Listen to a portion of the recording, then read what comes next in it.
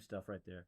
Well, I'll bring it back down to reality a little bit then with my random take to get on the record, which is that there will be an FC Dallas Academy product who does score in the World Cup for the U.S. men's national team, whether it's Ricardo Pepi, Weston McKennie, Tanner Tessman, Chris Richards off of a set piece, whoever it ends up being, maybe even multiple guys, but I think there will be at least one goal from an FC Dallas Academy product. And maybe it'll even be at AT&T Stadium. That could be a lot of fun here in Dallas. There's a route where the U.S. could potentially come through Dallas, really Texas. Obscure one. It could happen for sure. Right before the nation's birthday on July 3rd. Well, there's a lot to be excited about in terms of the soccer world with the World Cup, and now with MLS right around the corner.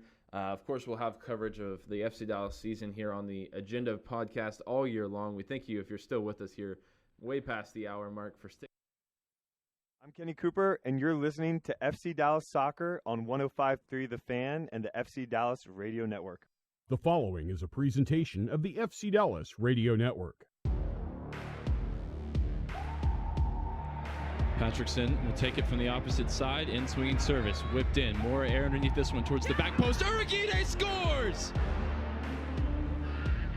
Osaze Uragide in the big moment gives Dallas the lead.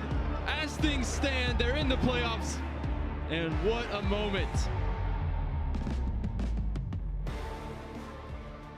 For the 31st time, FC Dallas begins play within Major League Soccer tonight.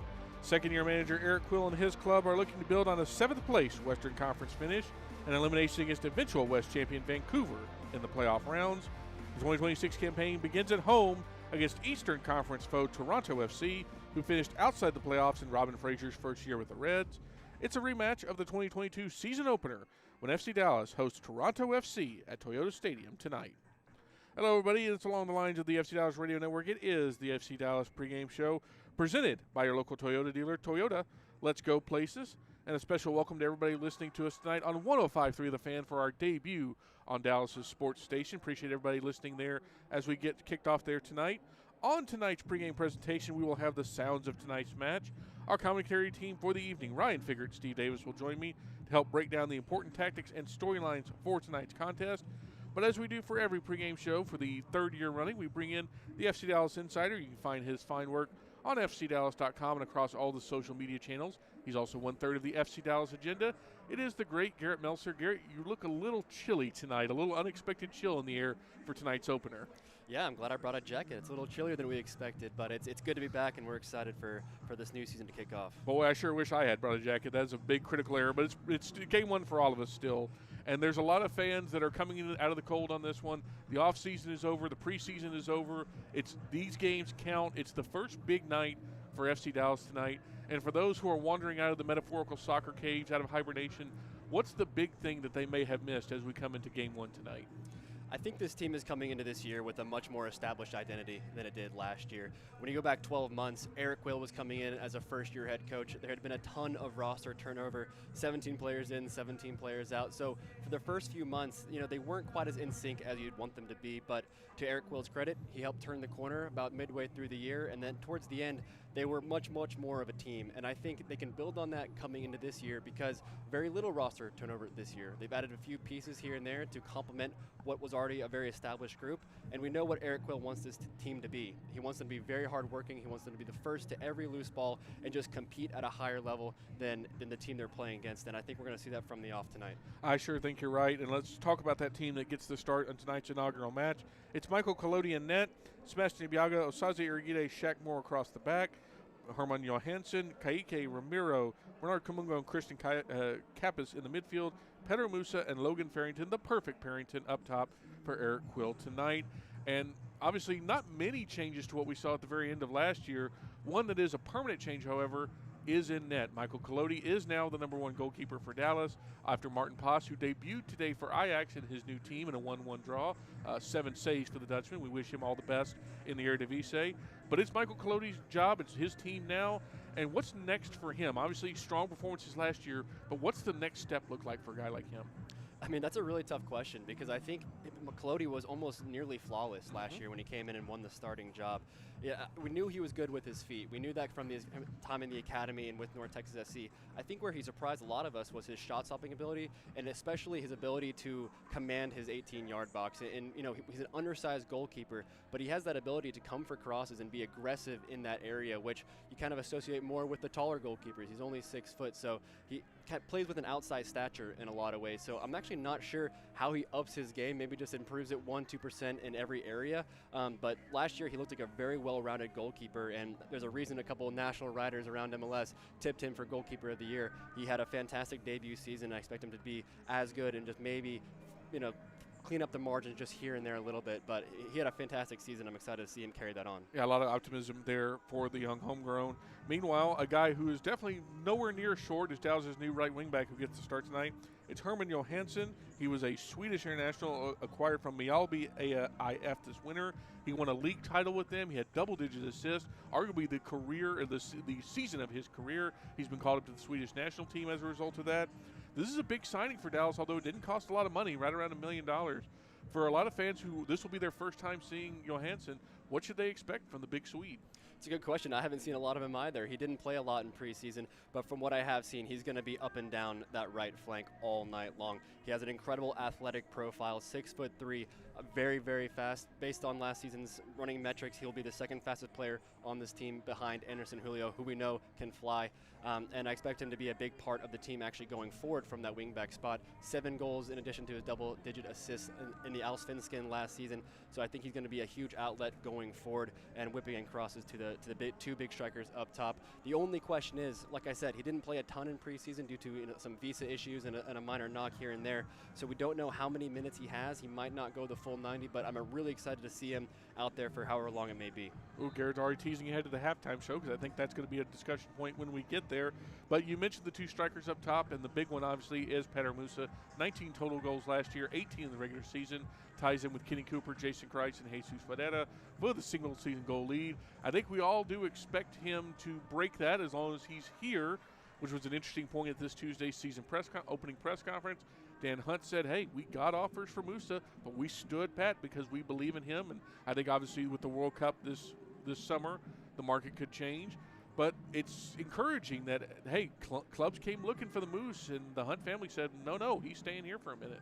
Well, it speaks to how important Petar Musa is to this club, and that's no surprise. 34 goals over his first 2 regular seasons. That's a club record, and it's right up there with the very best in MLS. And what's so special about Petar Musa is that he's not just a pure goal scorer, right? He has that ability, and we saw it especially last season, to drop into the midfield and become a playmaker, which right now this team doesn't have a lot of. So his ability to play those 2 different spots at a very, very high level makes him just absolutely essential to what this team does. And I've said it before, but this team will go as far as Petar Musa takes them. He's the centerpiece. He's the focal point. He's so important to this team, and that's why he's still here. And it's really good to see clubs and media really recognizing how good he is. He felt like one of the biggest underrated stars of 2014. I think 2015 he finally broke through, which is great to see for a guy that really does work hard.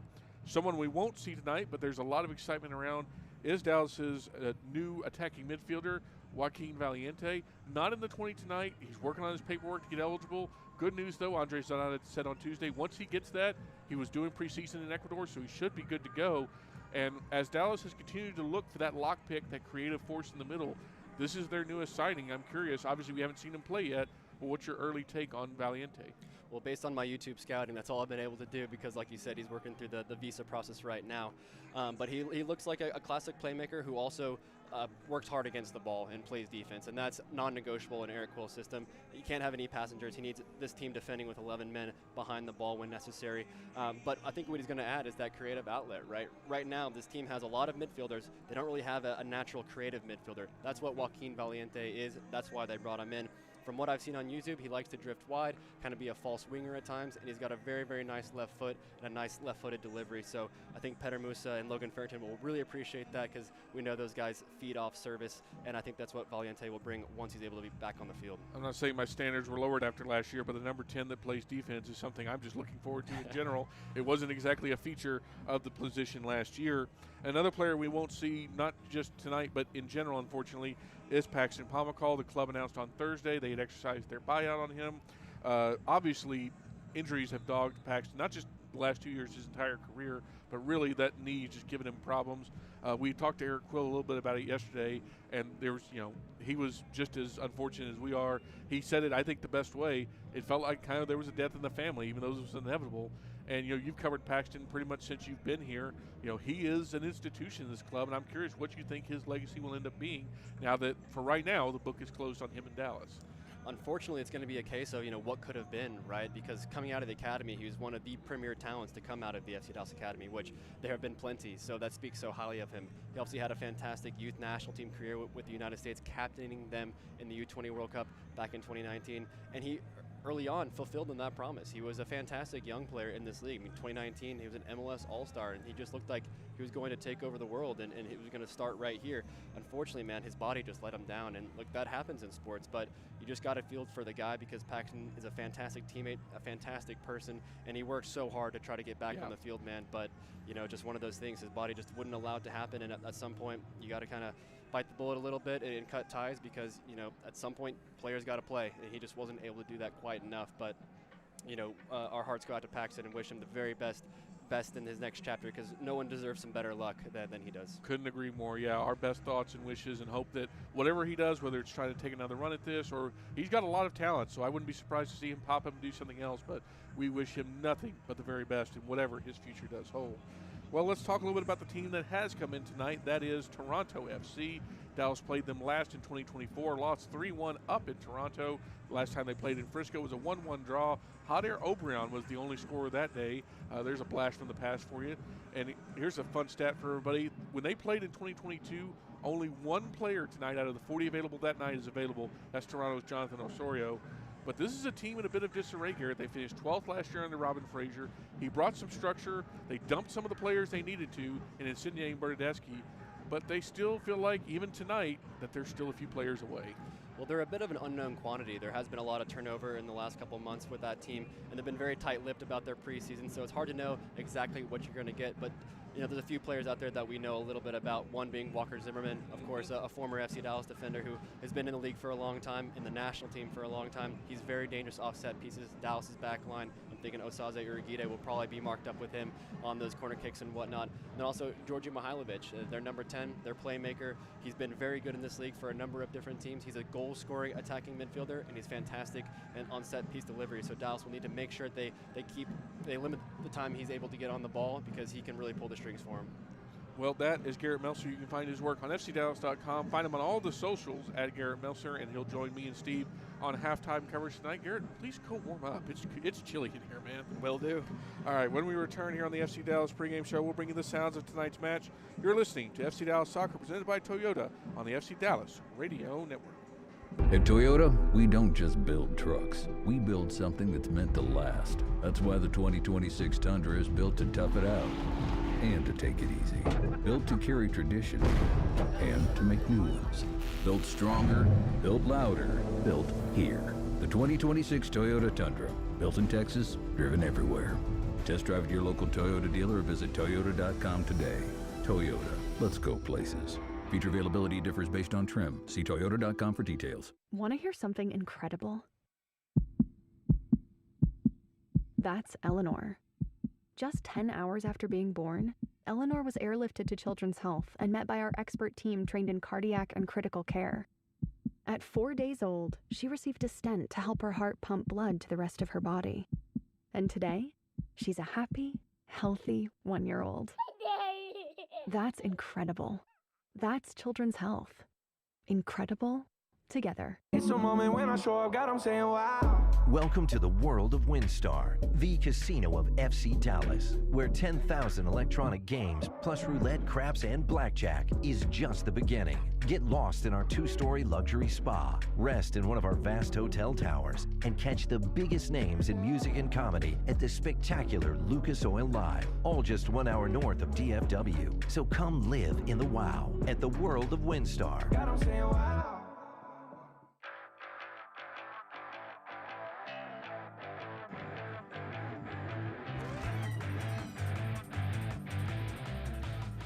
Winner, winner, Chick-fil-A dinner. All season long when FC Dallas wins at home, fans win free Chick-fil-A. Be sure your Chick-fil-A app is up to date and location services are turned on. When you attend matches at Toyota Stadium, after the team wins, before you leave your seats, open the app to redeem the Chick-fil-A offer. Welcome back to the FC Dallas pregame shows. We're getting you ready for FC Dallas versus Toronto FC. Tonight it is presented by Toyota. Again, do want to welcome all of our fans tonight on 105.3 The Fan for our inaugural broadcast here on the FC Dallas Radio Network. And while we have a reminder about the FC Dallas Radio Network's podcast feed, which is your hub for everything FC Dallas audio, you'll find our postgame show in full there. It's been going now. This will be season number 5 for the FC Dallas postgame show on the podcast feed.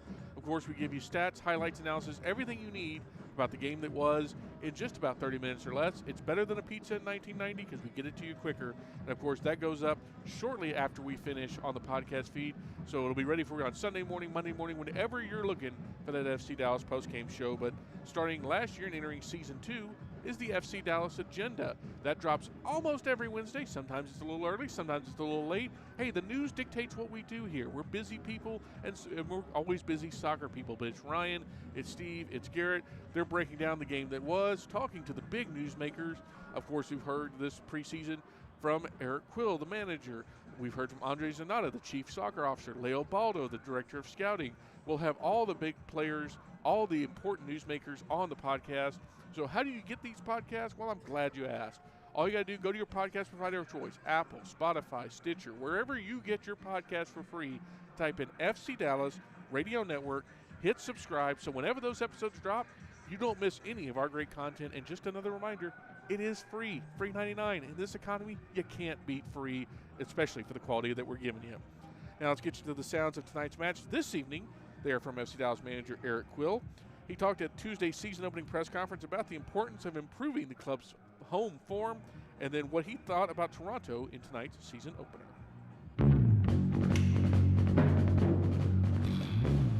I mean, look, we understood we failed here last year in our stadium, and that is a number one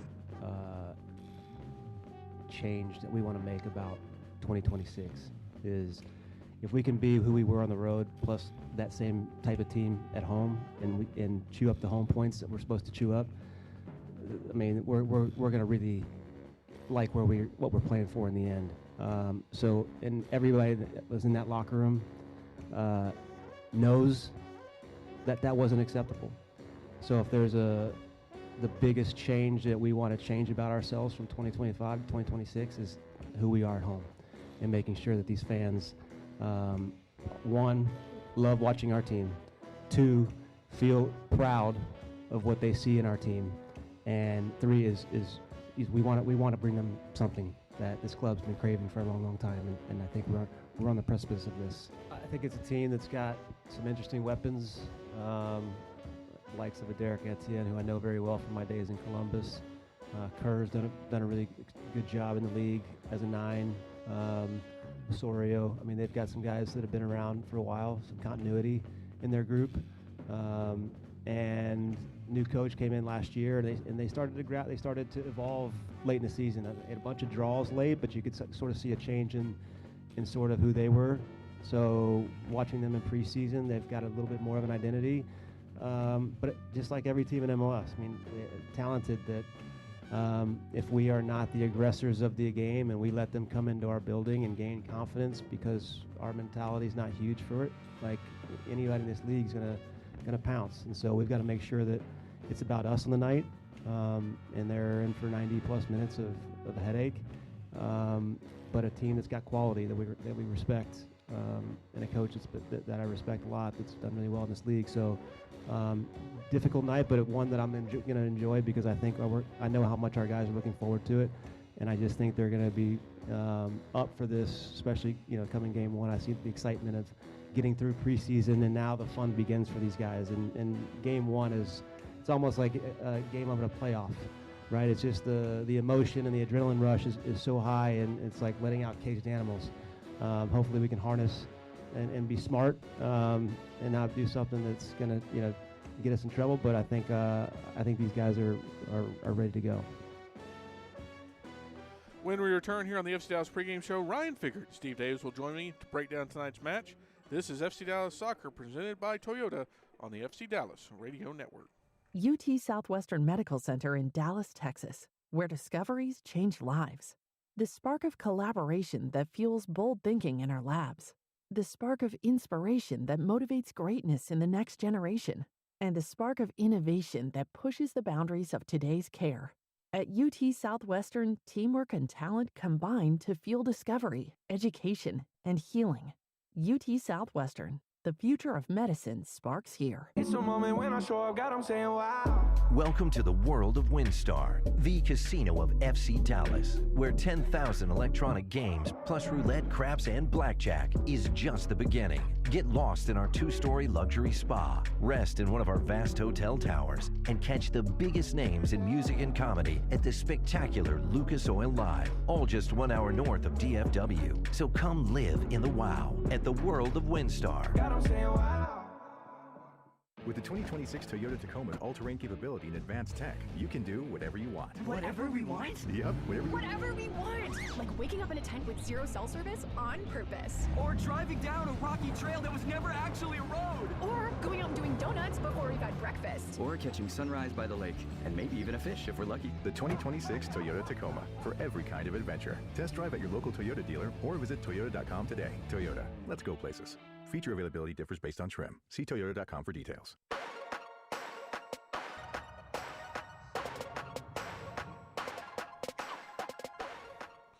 Welcome back to the FC Dallas pregame show here, presented by Toyota. We've got about 20 minutes until kickoff here at Toyota Stadium, so let's go ahead and bring you tonight's starting lineups, which this evening are brought to you by Advocare. We'll start first with the visiting Toronto FC and second-year manager Robin Frazier. Luca Gavrin is in net for the Reds. Kosi Thompson, Kobe Franklin, Richie Larea, and former FC Dallas man Walker Zimmerman on the back line for Toronto. Alonso Coelho in midfield alongside Malik Henry. You've got Georgi Mihailovic, Derek Etienne Jr., and Jonathan Osorio up top for Toronto. Now let's bring you the starting lineup for FC Dallas and second-year manager Eric Quill. Michael Colodi, goalkeeper, Frisco, Texas. Sebastian Ibiaga, center back, Duke University. Osaze Origide, center back, Netherlands, Nijmegen. Shaq Moore, right back, Fort Lauderdale, Florida. Herman Johansson, wing back, Sweden. Ramiro Benetti, midfielder, Brazil. Kaique, midfield, Brazil. Bernard Camungo, I'm a winger, and I'm from Abilene, Texas. Christian Kappas, midfielder, Houston, Texas. Logan Farrington, striker, Racine, Wisconsin. Petar Musa, forward, from Zagreb, Croatia. And the bench tonight for Eric Quill, it's Lalo Sabubakar, Ron Benjamin, Don Dietzen, Luis Luisius, Patrickson Delgado, Anderson Julio, Ricky Lewis, Sam Sarver, Brooks Thompson, and Nolan Norris. And now for the first time this season, let's bring in our commentary team. It's the voice of FC Dallas, Ryan Figert. It's the Don of Dallas Soccer, Steve Davis. And lads, we are here after weeks of preseason, after a thankfully shorter than usual offseason because of the playoffs. We are back. It is all counts tonight. And Ryan, we'll start with you and come down the line. What's the biggest thing you're looking for coming into this FC Dallas 2026 season?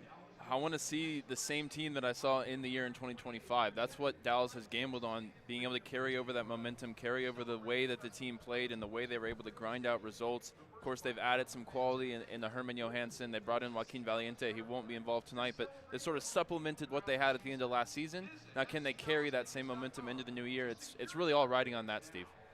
Yeah, first of all, good to be back with you boys, and I guess that takes me into the big thought on my mind right now is 31st season Major League Soccer.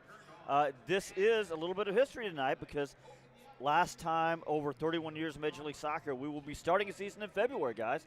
For the calendar switch coming up. So FC Dallas-wise, I'll just echo what Ryan just said. I think that Dallas is going to be a lot better than a lot of people think this year, simply because I think a lot of people sort of weren't paying attention to FC Dallas over the last 10 games last year. One day we're racking up points at 1.9 per match. That's really good. It was indeed really good. And, as we look at tonight's starting 11, it looks very similar to what we saw at the very end of 2025, which was different than how we started the season because we didn't really know what we were expecting. Much different. It's nice to see the consistency. And, obviously one of the big changes, Ryan, is Michael Colodi. Even though he started 10 down the stretch and looked really good doing it, he gets the opportunity tonight to make this his team. He gets his first opening day start. it really is a remarkable story when you consider the guy was unsigned out of Columbia. Almost a whim, he gets a call to come back, and now he's a legitimate number 1 in MLS. Yeah, from a decent college goalkeeper that had come up through the FC Dallas Academy to the goalkeeper of the year in MLS Next Pro, and just a year later to the number 1, well, still wearing number 30, but to the starting goalkeeper position for his hometown club.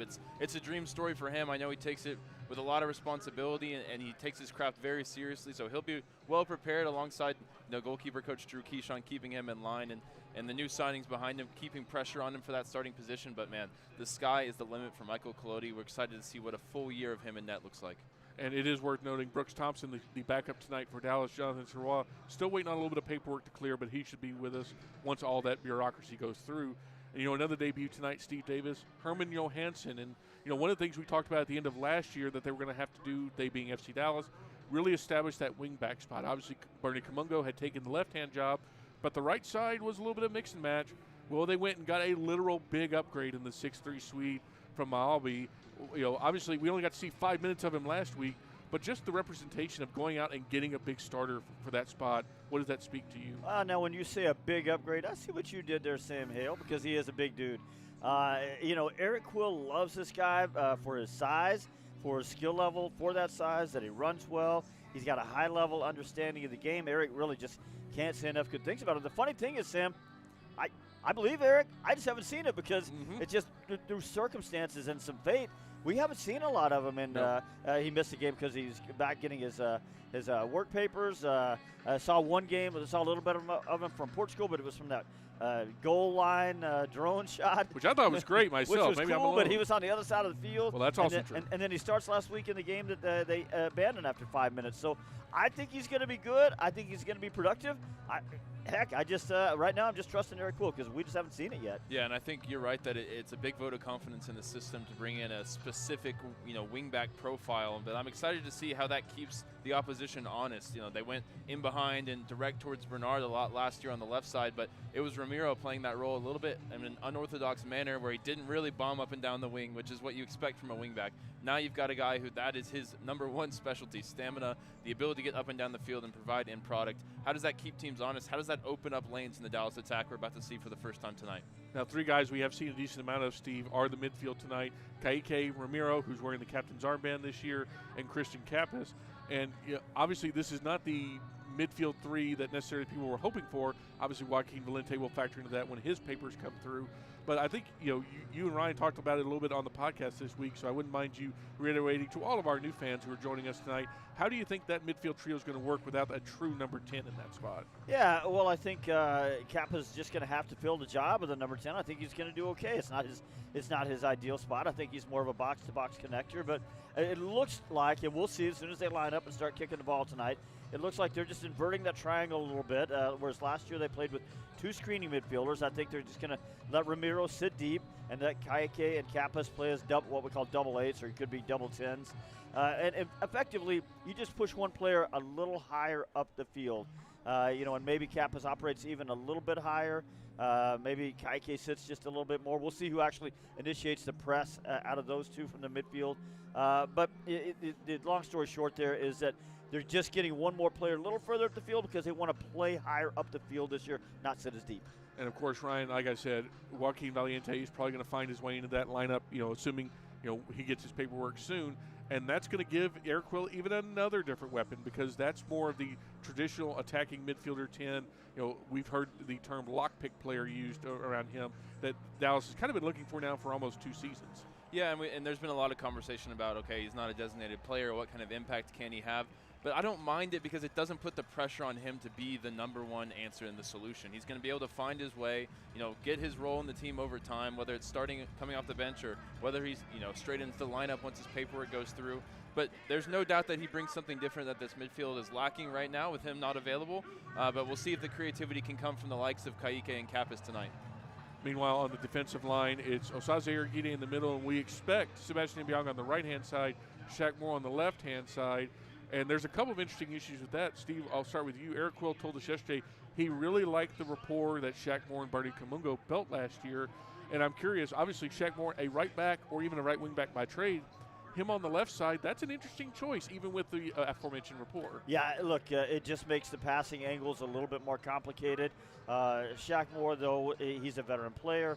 He can he knows when to get forward. That's just as important as those angles. He knows how to read the game and make sure he's in the right defensive positions or the right rest defensive positions when Dallas has the ball. So that I'm not too worried about. But as you just mentioned there, relationships on the field probably a lot more important than everybody really understands. Just a glance, reading somebody's body shape, knowing from that they're telling you where they want the ball or when they want the ball. So those things are really important, and having developed that relationship, that's an important thing. Yeah, it's the unspoken things that work, in all sorts of relationships, including soccer. And, Ryan, a lot of fans tuning in might be thinking, hey, wait a minute. Y'all told us Nolan Norris was going to be the left center back this offseason, and I was one of those people because I love Nolan to death. But, Ryan, you were in Portugal and saw how this team grew through training camp. Why do you think that the case is that it's Shaq and Ibeagha and maybe not Shaq and Nolan Norris? Yeah, I think there's going to be minutes for Nolan as the season goes on. I think he's going to grow into that role. But for opening night tonight, I think Eric Quill leaning on the experience of Ibeagha. And look, you've lost a Martin Pass, you've lost a Paxton Pomacole in the offseason. These were big voices in your locker room. Shaq Moore is now your vice captain with Ramiro leading the team out tonight. And Ibeagha's right there alongside him in terms of his leadership, his presence, his ability to organize in front of him. At age 34, maybe he's a little bit past his prime, but he still brings a lot of value just in terms of how he works within the team, and Eric Quill has a lot of trust in him. I tell you what, though, guys, we're going to see plenty of Nolan Norris this year. He's got a bright future in front of him. In a way, I don't mind this because the message is being sent, not just to Nolan. It's not about Nolan. It's about the whole team. Go win the spot. Go win the spot in training. We know this team has better depth this year than they've had in the past. So you're going to have to go out, and when you get the minutes in the field, you've got to perform. In practice, you've got to perform. I think that sets a good standard. Before we get to tonight's keys to the match, Ryan, obviously let's take a look at Toronto. And they come in also a work in progress. Obviously Walker Zimmerman, the former FC Dallas man, is in the back line, but they're missing 3 of their top scorers from last year. DeAndre Kerr is out with injury. We don't really know what we're about to see from the Reds tonight, do we? Yeah, I think this is the stat that tells the whole story. They have the fewest percentage of returning minutes of any club in Major League Soccer at under 50%. This is similar to what we saw from Dallas last year, a complete rebuild over a couple of different transfer windows. It started with Mihailovic. It's now continued with Walker Zimmerman, and if you believe the rumors on the internet, Josh Sargent still to come as well. So this is a team that's very much a work in progress, missing some key pieces both through availability and injury tonight, but they still, they're looking for that first win in a season opener in a long time for Toronto, and they're going to be motivated with the likes of Zimmerman and Mihailovic in the lineup. Well, the players are walking out on the field, so while they do that, let us go to our keys to the match. They are presented by Toyota, and they're also presented for the first time in 2026 by Steve Davis. Appreciate you, Sam. Let's start with Kappas. He's got to pick the locks today. FC Dallas wants a little bit more of the ball. They want a little bit more of the ball. High field, what are they going to do with it? They need somebody who can pull defenses apart just a little bit, someone who can find that last pass and open up some holes, supply some creativity. It's not going to be Kappas all year, I don't think, but it's got to be Kappas tonight. Number 2, Osaze Urigide has to shine. He was so good last year, but maybe a little up and down in the preseason. Tonight, he's got to pull it together. Tonight, he's just got to shine. Number 3, the big dog's got to bark, right? Peter Musa was red hot last year to begin 25. If he can launch into the 26 campaign the same way, it's going to be a lot better for Dallas. He and Logan Farrington, can they do it tonight? That's going to be a big key. Well, those are your keys to the match. And as we were getting ready here, the players are lined up. Ramiro captains the side for FC Dallas in their new DNA kits as they are out tonight. So we will take a break, and when we come back, Ryan and Steve will get you ready for kickoff. It's FC Dallas Soccer presented by Toyota on the FC Dallas Radio Network. At Toyota, we don't just build trucks. We build something that's meant to last. That's why the 2026 Tundra is built to tough it out and to take it easy. Built to carry tradition and to make new ones. Built stronger, built louder, built here. The 2026 Toyota Tundra. Built in Texas, driven everywhere. Test drive at your local Toyota dealer or visit Toyota.com today. Toyota, let's go places. Feature availability differs based on trim. See Toyota.com for details. It's a moment when I show up, God, I'm saying wow. Welcome to the world of WinStar, the casino of FC Dallas, where 10,000 electronic games, plus roulette, craps, and blackjack is just the beginning. Get lost in our 2-story luxury spa, rest in one of our vast hotel towers, and catch the biggest names in music and comedy at the spectacular Lucas Oil Live, all just 1 hour north of DFW. So come live in the wow at the world world of WinStar. Got 'em saying wow. Want to hear something incredible? That's Eleanor. Just 10 hours after being born, Eleanor was airlifted to Children's Health and met by our expert team trained in cardiac and critical care. At 4 days old, she received a stent to help her heart pump blood to the rest of her body. And today, she's a happy, healthy 1-year-old. That's incredible. That's Children's Health. Incredible together. UT Southwestern Medical Center in Dallas, Texas, where discoveries change lives. The spark of collaboration that fuels bold thinking in our labs. The spark of inspiration that motivates greatness in the next generation. And the spark of innovation that pushes the boundaries of today's care. At UT Southwestern, teamwork and talent combine to fuel discovery, education, and healing. UT Southwestern, the future of medicine sparks here.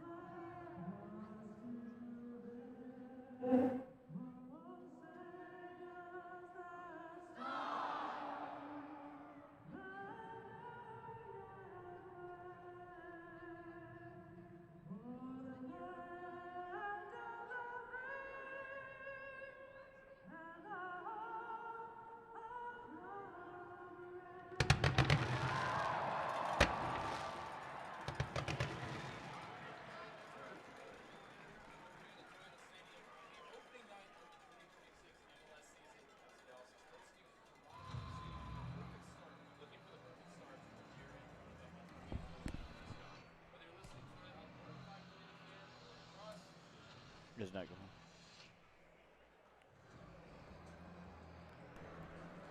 We welcome you into Toyota Stadium on the opening night of the 2026 MLS season. FC Dallas is hosting Toronto FC, and they're looking for the perfect start to the new year here in front of the home faithful in Frisco.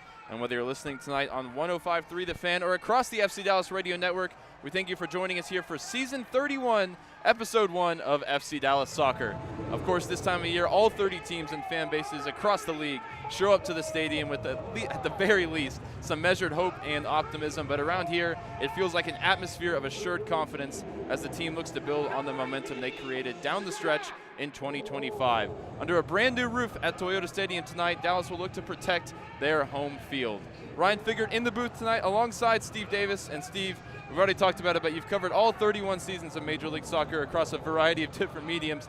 But with the World Cup on the horizon in the summer, it feels like this is the potential to be one of the biggest years in league history. Summer of soccer? Nah, we've used that one too much. Hey, year of soccer, 26 history. I already mentioned a while ago history being made tonight because after this season, they're going to flip the calendar, kind of a short season. Then they're going to go to the world calendar, the fall, spring, or fall, winter, spring format. So history being made tonight.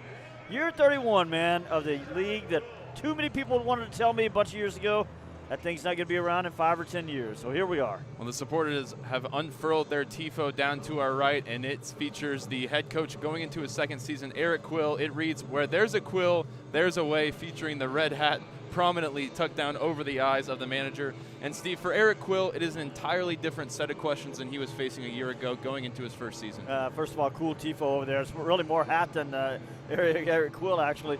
Yeah, it is a different. Last year we had so many questions. We just didn't know. This year we feel like we've got a pretty good handle on the players, the positions, where they're going to, how they're going to fit into the system. We know that Eric Quill has players that fit his idea of a system a little bit better. And we've seen it in preseason. The structure with the ball is a little bit better. So, again, I'll just reiterate, I think this team is going to finish a little bit higher than a lot of people expect. Well, Dallas breaks their huddle. They're going to move from right to left as we look on here in the first half. They're decked out in the new DNA kit, the red and blue hoops, who have made a return for this 2026 season, looking sharp. Michael Collodi in all blue down in the goal to our right. Over on the other side, Toronto FC in their brand new all-white kit with red piping along the sides and down the middle of the chest. In goal for them, Luka Gavrin in all black down to the left. Petar Musa holding the ball, just about set to get things underway here in 2026. The man at the controls, Timothy Ford, our referee tonight, waits for the final go-ahead to blow the whistle and get things going. And the atmosphere starts to build in Frisco. Farrington putting on a show, juggling the ball in the middle, waiting for that whistle to get things going. You know, I don't think the preseason was everything Eric Quill wanted, not in terms of quality, but just a couple of the games in Portugal weren't really strong tests. One game got rained out. Really, they were just two good tests. I think Eric Quill would have preferred 4 or 5, but, you know, you got to play with what you got. So here we are. We wish we would have had a little better look at this team in some competitive matches, but that's what they're in tonight. They need to get 3 points here, Ryan. Yeah, they start to count tonight. Ramiro wearing the captain's armband for Dallas. Farrington drops it off to Collodi, and we are underway in the 2026 season of Major League Soccer. Long and direct, straight towards Farrington, who tries to flick it on. It bounces through for a first touch for the 25-year-old in net for Toronto, Luka Gavrin, taking over from Sean Johnson, who got plenty of goalkeeper of the year votes a year ago for his performance in what was a pretty poor Toronto side. Zimmerman on his return to Toyota Stadium launches this one long out towards Shaq Moore. A slip from Uragide. It's Malik Henry looking to make some headway along the right side, but Uragide puts out the fire. It's Kamungo who then turns it over. Ibiaga heads the cross away towards Kappas. Kappas takes a shove in the back, not enough for a foul. And now it breaks for Musa. His first touch, a switching ball out towards Herman Johansson.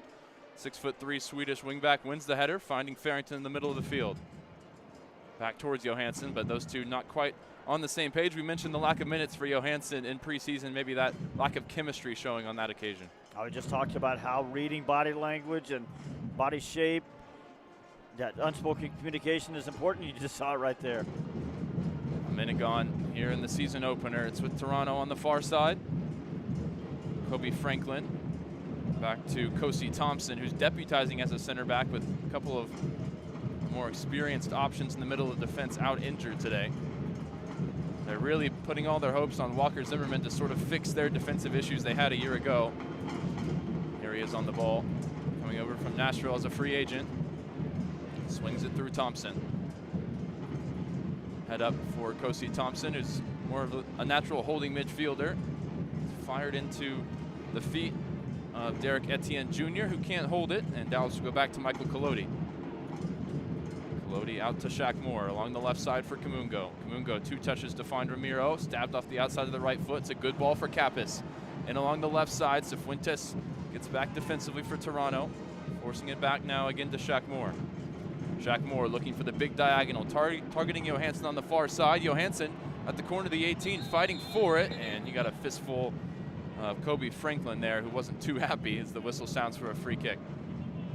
Really nice little outlet ball from Ramiro outside of the right foot there. Put Kappas in momentarily. Dallas then sort of circulating play back over towards Johansson before big new right-sided signing got called for the foul. It's going to be Gavrin to send the troops up the field for Toronto. This free kick just outside their own 18-yard box. Dallas supporters group over on our right in good voice. Got the Tifo up on the other side now. Launched long, Ibiaga challenging for the header, bounces through, or Uragide will put it out for a throw. They've been going all night long since 7:30 yesterday with the 24-hour tailgate tradition, bringing the energy in the supporters' corner tonight.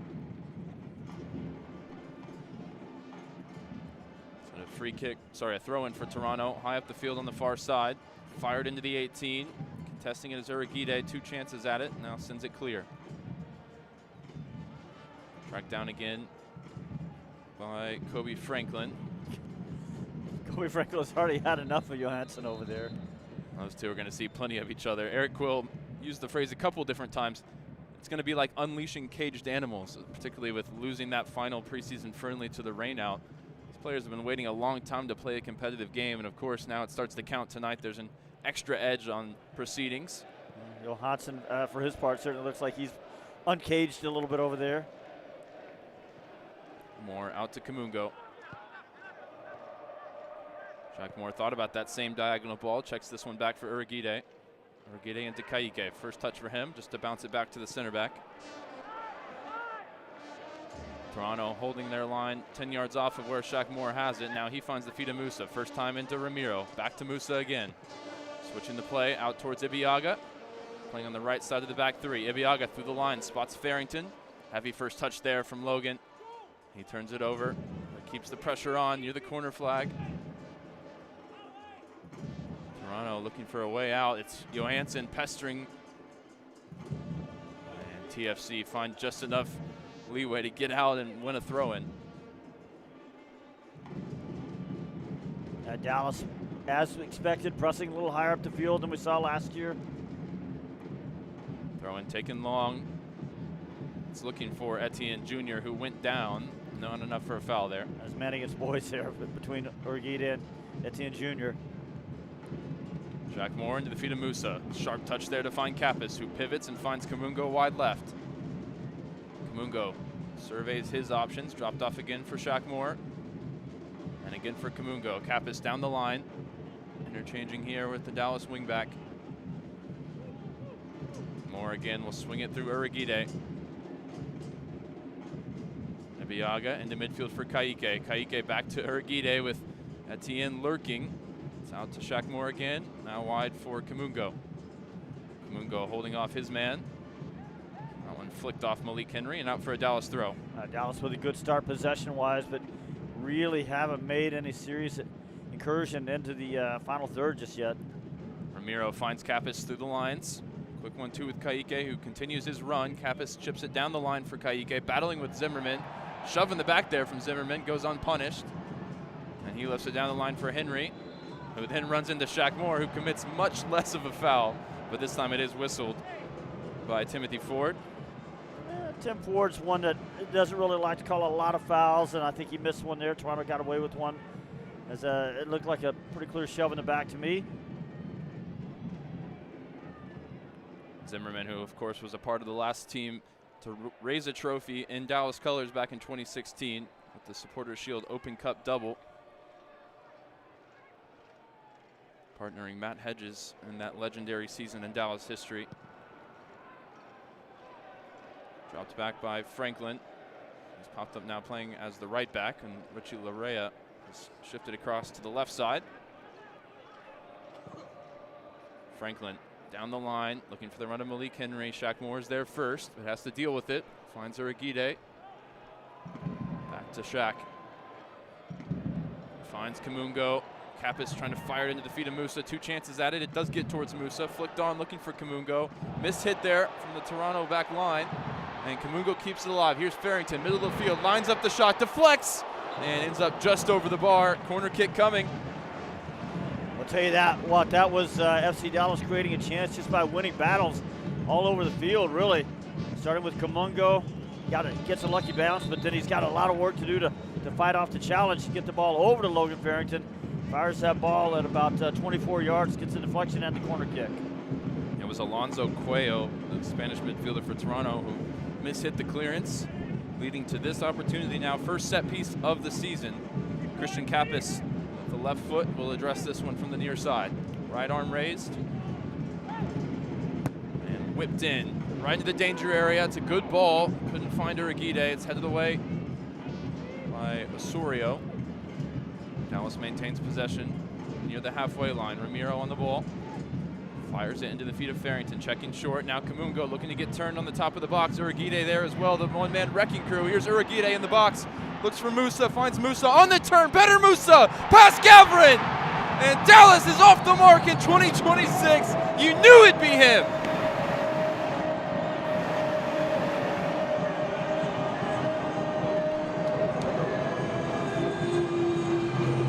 Ryan, who better to take advantage of a little bit of a mess for Toronto's back line than Petar Musa? He was so good to start the 2025 season. Here we go, 2026. Not even 10 minutes in. It's a little bit of work there from Vernon Kamungo to win a ball right at the edge of the penalty area. Urguide doesn't really get challenged on the ball. Slips it over into, who was that, Logan Farrington, I believe. Logan Farrington just pushes it back right into the path of Petar Musa. Musa knows what to do with it, or was that? I'm not sure who took this shot. We're watching the replay. Yeah, that might have been Johansson now that I'm looking at it. It's Urguide who gets onto the loose ball inside the 18, then taps it to his right. And both Farrington and Musa hit it in unison. And if they aren't the perfect Farrington in name only, they showed their chemistry there. We'll have to see who got the last touch. It was Musa who went off to celebrate. We'll get the official ruling for you in a moment. Either way, it's the perfect Farrington off the mark in 2026, and Dallas leads 1-0. That was a weird goal. It was a mess. It was a mess in the back. It was a mess of the two strikers fighting for the ball. A bunch of players in there. It doesn't matter. It's 9 minutes in. We can forensically break it down and figure out who got the ball, and who got the goal, who got the assist.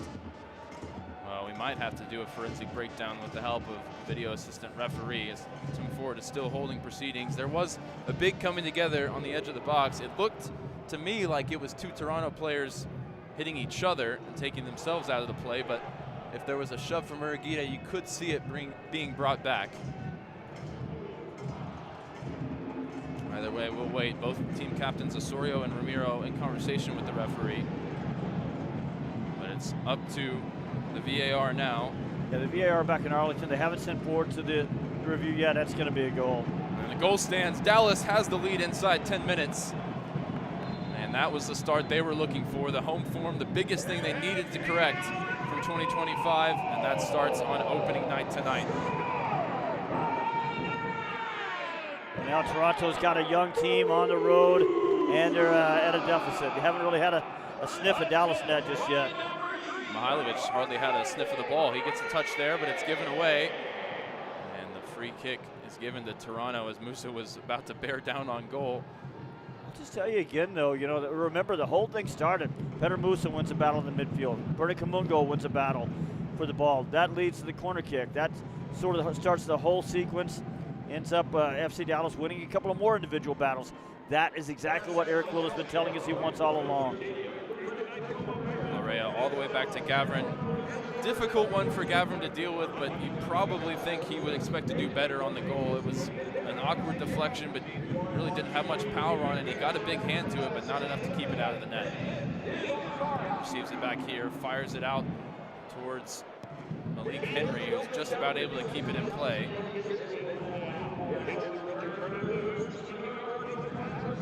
Fuentes, the former LAFC man who wins a throw for Toronto, still in their defensive third.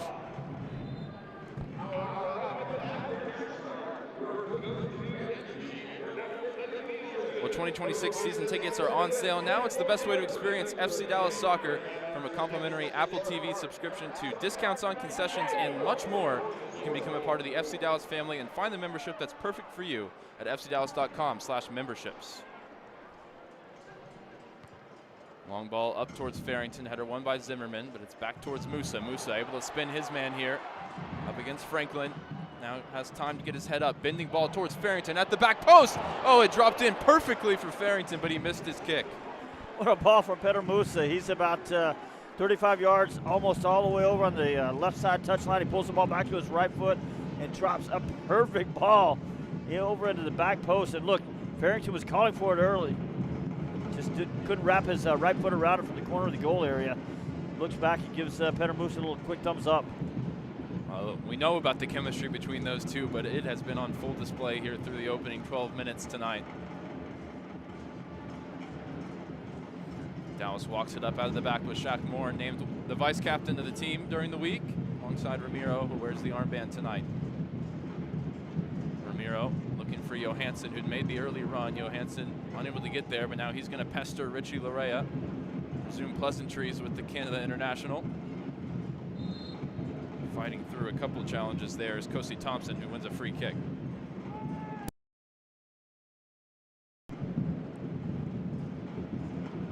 Cuello gets on the ball with a little bit of time. He's going to swing it over to Kobe Franklin. Zimmerman into midfield. Osorio finds Cifuentes, but Kaique battles it away from him. Foul again, given against the young Brazilian midfielder for Dallas. A little ticky-tack foul starting to add up. Out to Franklin.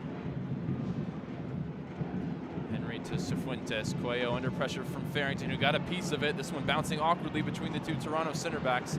Farrington in pursuit, but he's beaten to it by Thompson. Out to Zimmerman. Toronto just struggling to deal with the pressure that Dallas has been able to create. See how long they can sustain that level of energy output. Here's Mihailovic between the lines. Kobe Franklin out to Malik Henry. Mihailovic again, most recently of Colorado, but now in his 4th stop in Major League Soccer. And he's been pretty good at all 4 stops, really. He's a guy that's sort of just been circling the outer markers of the national team for his entire career. Araguide wins the battle there against Cifuentes. Johansson gives it away, though. And now a ball in between the lines. Breaks kindly here from Mihailovic. Mihailovic equalizes. And right on cue, it's Georgie off the mark for Toronto, as Dallas made a mess of things and got split open with a nice through ball. Yeah, it starts with Johansson, not with the greatest of touches over there. I think he's the one that gave the ball away that gets that whole thing started. And then just a little bit of a defensive mess as Shaq Moore's just caught in bad defensive position there and sort of leaning the wrong way. Ball gets in behind him. It's a nice little feed from Osorio into Mihailovic. Mihailovic pulls the ball down with his right foot, turns, and he's got one-on-one against Michael Collodi. Collodi, no chances. Mihailovic puts that one away at about 16 yards. 13 goals, 11 assists for Mihailovic in 2025 across his time with both Colorado and Toronto. And in his now 9th Major League Soccer season, he's up to 45 goals in his career. It's really unfortunate there for Dallas because, I mean, Toronto hasn't had anything of it's even started to look like a threat until that moment. And it just starts with a giveaway over there on the Dallas' defensive right side. It's a 1-1 your score, 16th minute from Toyota Stadium. Collodi looking to get the momentum going back the other way, launches it long, challenging for it is Johansson, sent clear by Franklin. Shaq Moore allows this one to bounce. Malik Henry on his case. He goes back for Collodi, and Collodi tries to return it to Shaq Moore. The speedy Malik Henry got a piece of it, but it'll go out for a goal kick. So second time Collodi with his right foot has tried to go across over to the left, and he's just going to have to work his angles out a little bit more because the first one wasn't too far from getting picked off. That one, the Toronto player did get a foot on it. He just got to work those angles a little bit better. Ibiaga looking to go direct towards Musa, unable to control it. Zimmerman goes back for Gavrin. Both sides starting a relatively young homegrown goalkeeper. Now both sides have conceded here in the opening 16 minutes. Kamungo front-footed, gets there ahead of Henry. Kappas finds Ramiro.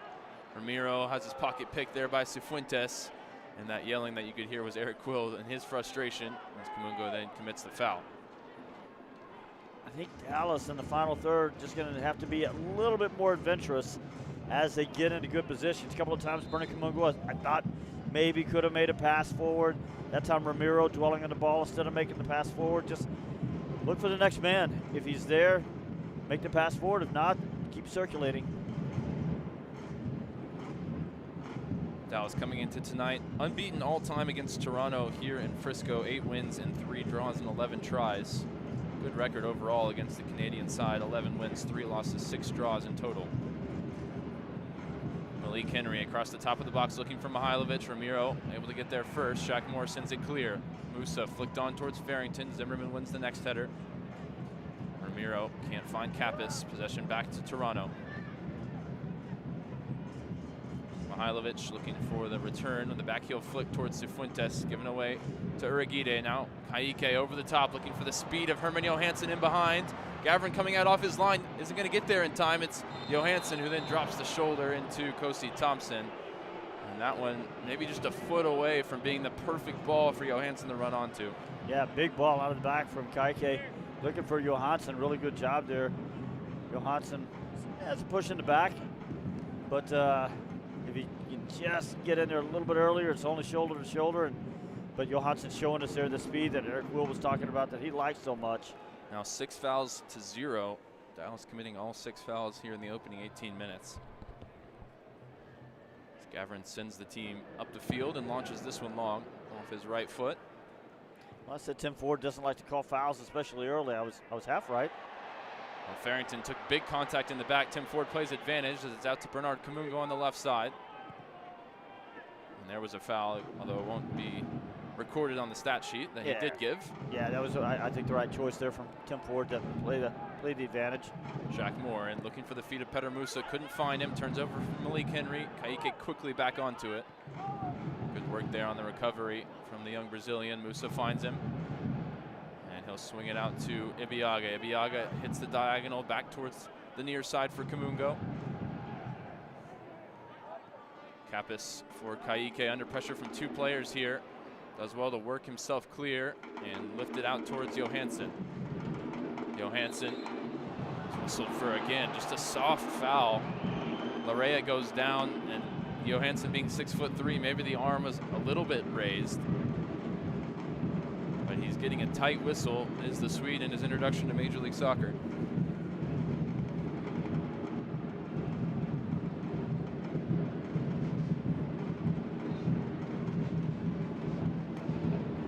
Minutes gone at Toyota Stadium tonight. 1-1 your score. Musa with the opening goal, Mihailovic with the equalizer. Those are the 2 names you would have circled ahead of the match for either side. They've made an instant impact to start the new season.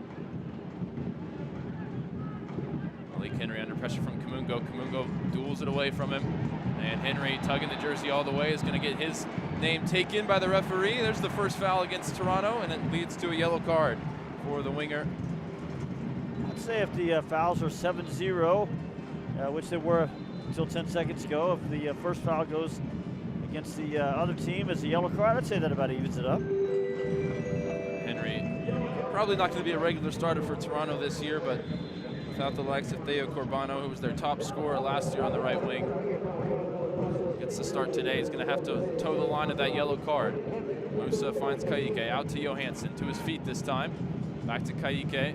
Turn and drop of the shoulder, but can't find a teammate. Turns it over to Henry. Henry splits the double team, and there's numbers in the attack here for Toronto. Malik Henry across the halfway line, puts it in behind for the speed of Richie Larea on the far side. 3 waiting in the middle. Ibiaga defending. Larea, drop of the shoulder to his left foot, now cuts back inside the box. Cuts back to his left foot again, and maybe that was one trick too many, as his low cross is easily picked up by Michael Collodi. Gets it rolling out to Kamungo. Farrington into Kappas, middle of the field. Musa calling for it on the far side. Kappas loses out there against Cifuentes, who goes flying into a tackle with cleats raised. It's a foul against the Toronto midfielder. Nothing more, it appears, for Tim Ford.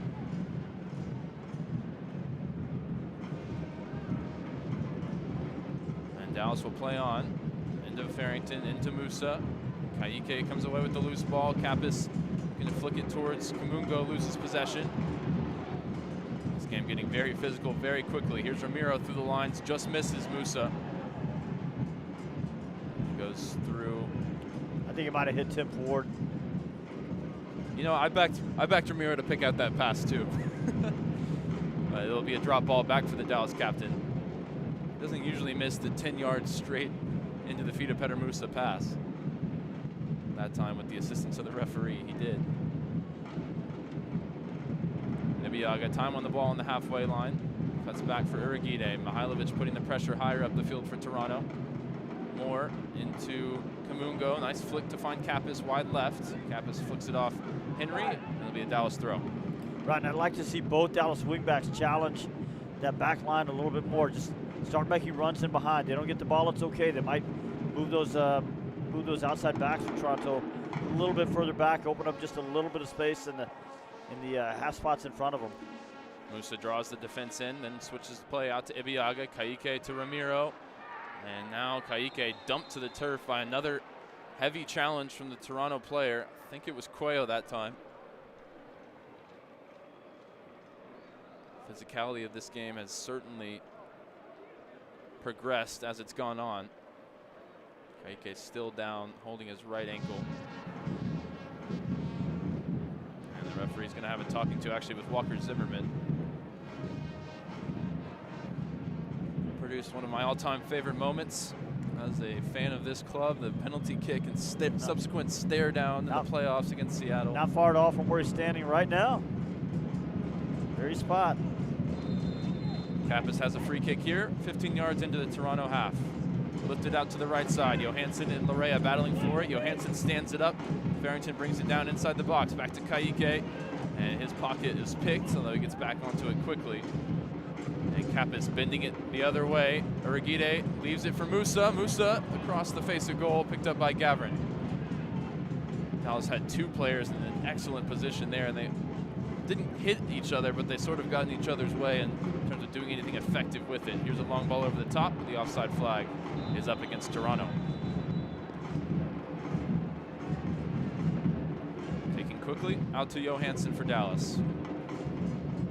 Finds Ramiro, part of the three in midfield for Eric Quill tonight. Swinging across the back line here in the 25th minute. To Shaq Moore into Kamungo, who's popped up in a more central position this time. Kappas finds Kayike, finds Kamungo on the turn here in the left half space. Over to Petter Musa where he can be dangerous. Ahead to Farrington leading the line.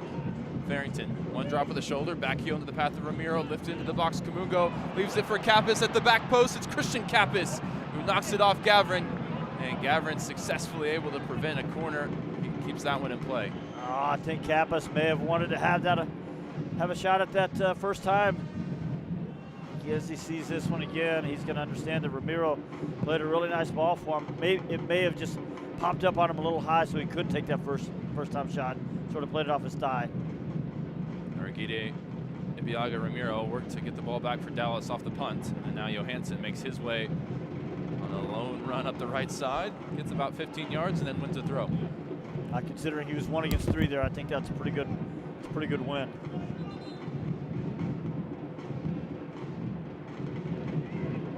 Ibiaga takes the throw, finds Uragide along the halfway line, over to Shaq Moore.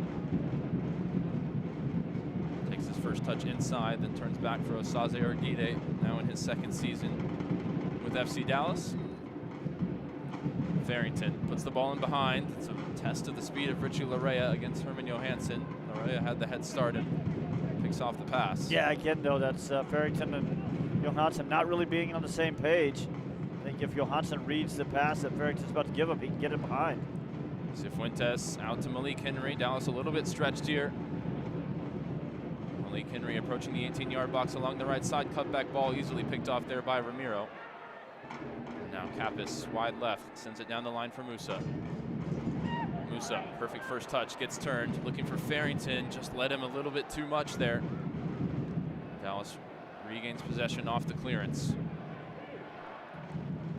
Fans in good voice behind the team here. Musa puts another bending ball in behind for the run of Logan Farrington. This one maybe a yard out of his reach, bounces through for Gavrin. Well, ball's now on transition. Toronto getting in behind Dallas on the wings. That last time Malik Henry, nothing came of it, but just a little warning sign there for FC Dallas. Kosi Thompson into Cuello in the middle of the field. Puts it over for Kobe Franklin in between the lines for the run of Etienne. Splits the Dallas center backs. Etienne wide right. Back for Franklin again. Etienne being asked to play as the number 9 tonight, much more comfortable as a winger. Here's Cifuentes, good pocket of space for him in the attacking third. Didn't spot anything he liked, goes back for Cuello. Cifuentes out to Etienne on the right wing. Dallas covering off the passing lanes well, forcing Toronto back to Walker Zimmerman along the halfway line. Uragide jumps the passing lane, and he's going to lead the charge here. Takes it off of Petter Musa and finds actually Musa in the middle. Uragide, the furthest man forward, it's stabbed out towards Farrington on the left wing. Musa wanted the foul, not given. And now Dallas a man light at the back as it spins and stays in play for Malik Henry, right in front of Eric Quill.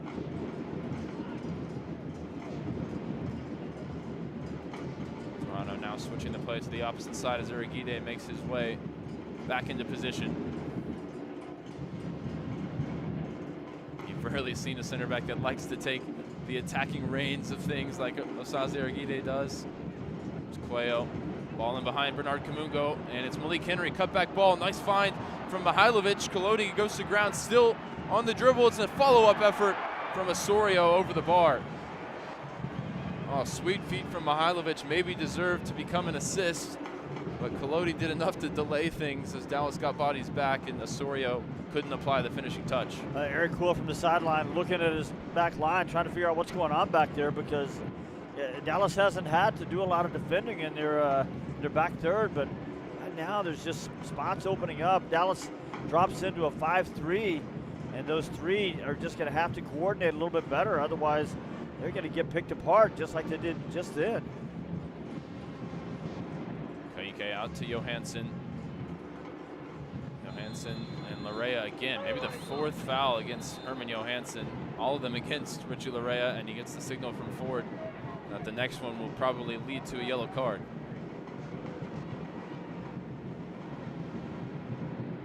And so it's a free kick for Georgi Mihailovic, who we've seen has some pedigree on set pieces. This one would be probably out of his shooting range, but the way that he's able to hit a dead ball, Michael Kolodi can't count on it.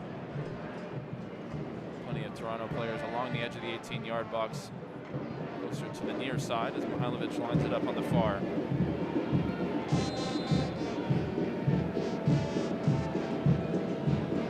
Left arm outstretched for Georgi Mihailovic. Cues the runs at the back post. Now whips it in right towards Michael Kolodi. Big punch, and Kolodi comes over the top of the Toronto player, winning a free kick. And glad to see he was quickly back up to his feet, because that could have been an awkward fall.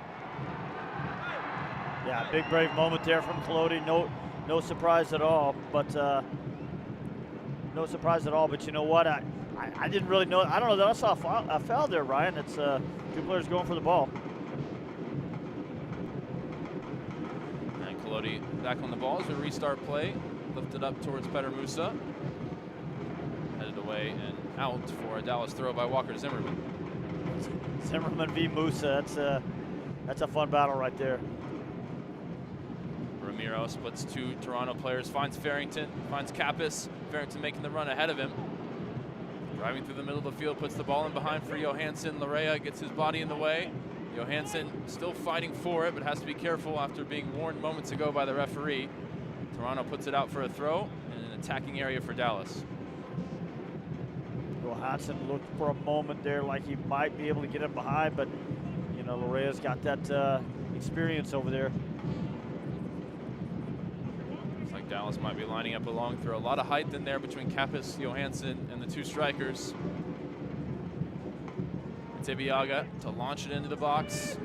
First contact made by Thompson, lifted high again by Ibiaga and dropped by Gavrin, but fortunately for him, no Dallas player there to take advantage. But the young Toronto goalkeeper, now trusted as the starter, in just his 17th career game, looks a little bit shaky for the visitors.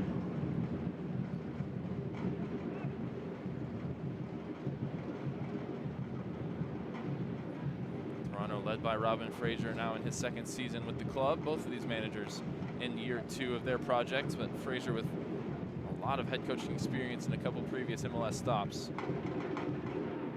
You mentioned Gavrin. I mean, I thought Sean Johnson had a pretty respectable year last year, but you know, they were just in such a mess salary-wise, and they needed to shed so much salary that they had to get rid of Sean Johnson. Nice work there from Kamungo to ride the tackle from Cifuentes and then draw the foul from Mihailovic, taken quickly by Ramiro. Out to Farrington off the left side. Able to skip past Franklin, now driving into the 18-yard box. Cut back ball looking for Kappas. It is sent clear by Osorio, out for a Dallas throw. Nice moment there for Farrington. 5 goals, 4 assists a year ago. Now in his 3rd season out of Oregon State. Miscommunication there between Kappas and the front line is going to go out for a goal kick for Toronto. The miscommunication was that Kappas was offside and didn't understand why Logan Farrington was playing him the ball right there, because he knew he was in an offside position, so he just let it go out for a goal kick. 34th minute here in the 2026 season opener. Dallas and Toronto all tied at 1. Gavrin launches the goal kick high into the night sky. Header won by Uragide. Bouncing out towards the near side. So Fuentes and Kappas dueling for the ball. Eventually just played out by Kobe Franklin. Good pressure by Kappas. Winning a throw in there when it was a 2v1 with the white shirts having the 2. Franklin, a Canadian Youth International, Toronto homegrown. Looks a little bit uncomfortable as well at right back.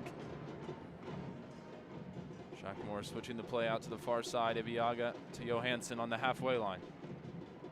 Johansson takes those 10 yards afforded to him before turning and dropping it back to Iviaga again.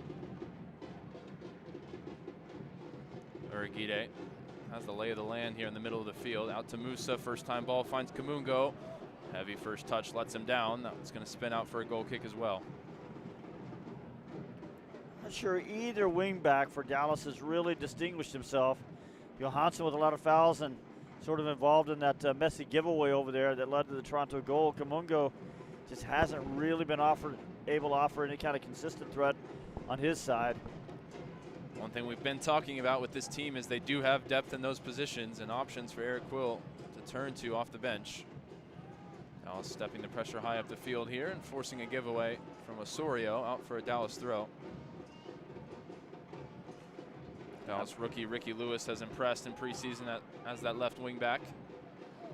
And I believe that Quill said only 30 minutes, only 60 for Johansson. Here's Farrington now, bearing down on the 18-yard box. Overlapping run from Shaq Moore, fires in the left-footed cross.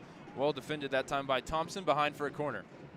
Well, there's an answer for how Dallas can sort of unlock this Toronto defense a little bit more.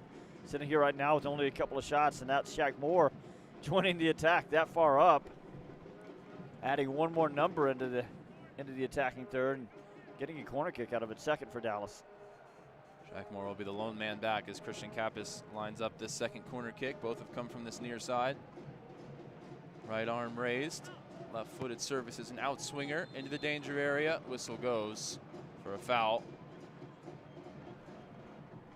Logan Farrington, yeah. Called for a little bit of premature contact. Set pieces, certainly an avenue to goal for Dallas this season with the height in the starting 11. Weren't too prolific from corner kicks and free kicks in 2025, looking to change that. Kappas seems to be the primary set piece taker. As Gavrin launches it long, header won by Iviaga into Musa. Off the mark there, looking for Ramiro. Here's the ball through the lines. Derek Etienne, Collodi out off his line, makes a big save. And Musa, atoning for the mistake, gets back and stabs it away. It'll be a Toronto throw. Yeah, but one more time, FC Dallas's back line just being a little too gappy. Etienne back to the taker in Larea. Henry wins the header straight up in the air. Collodi with another save.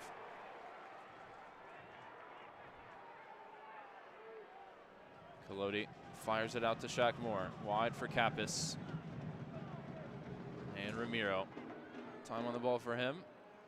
Musa dropping deep to receive it.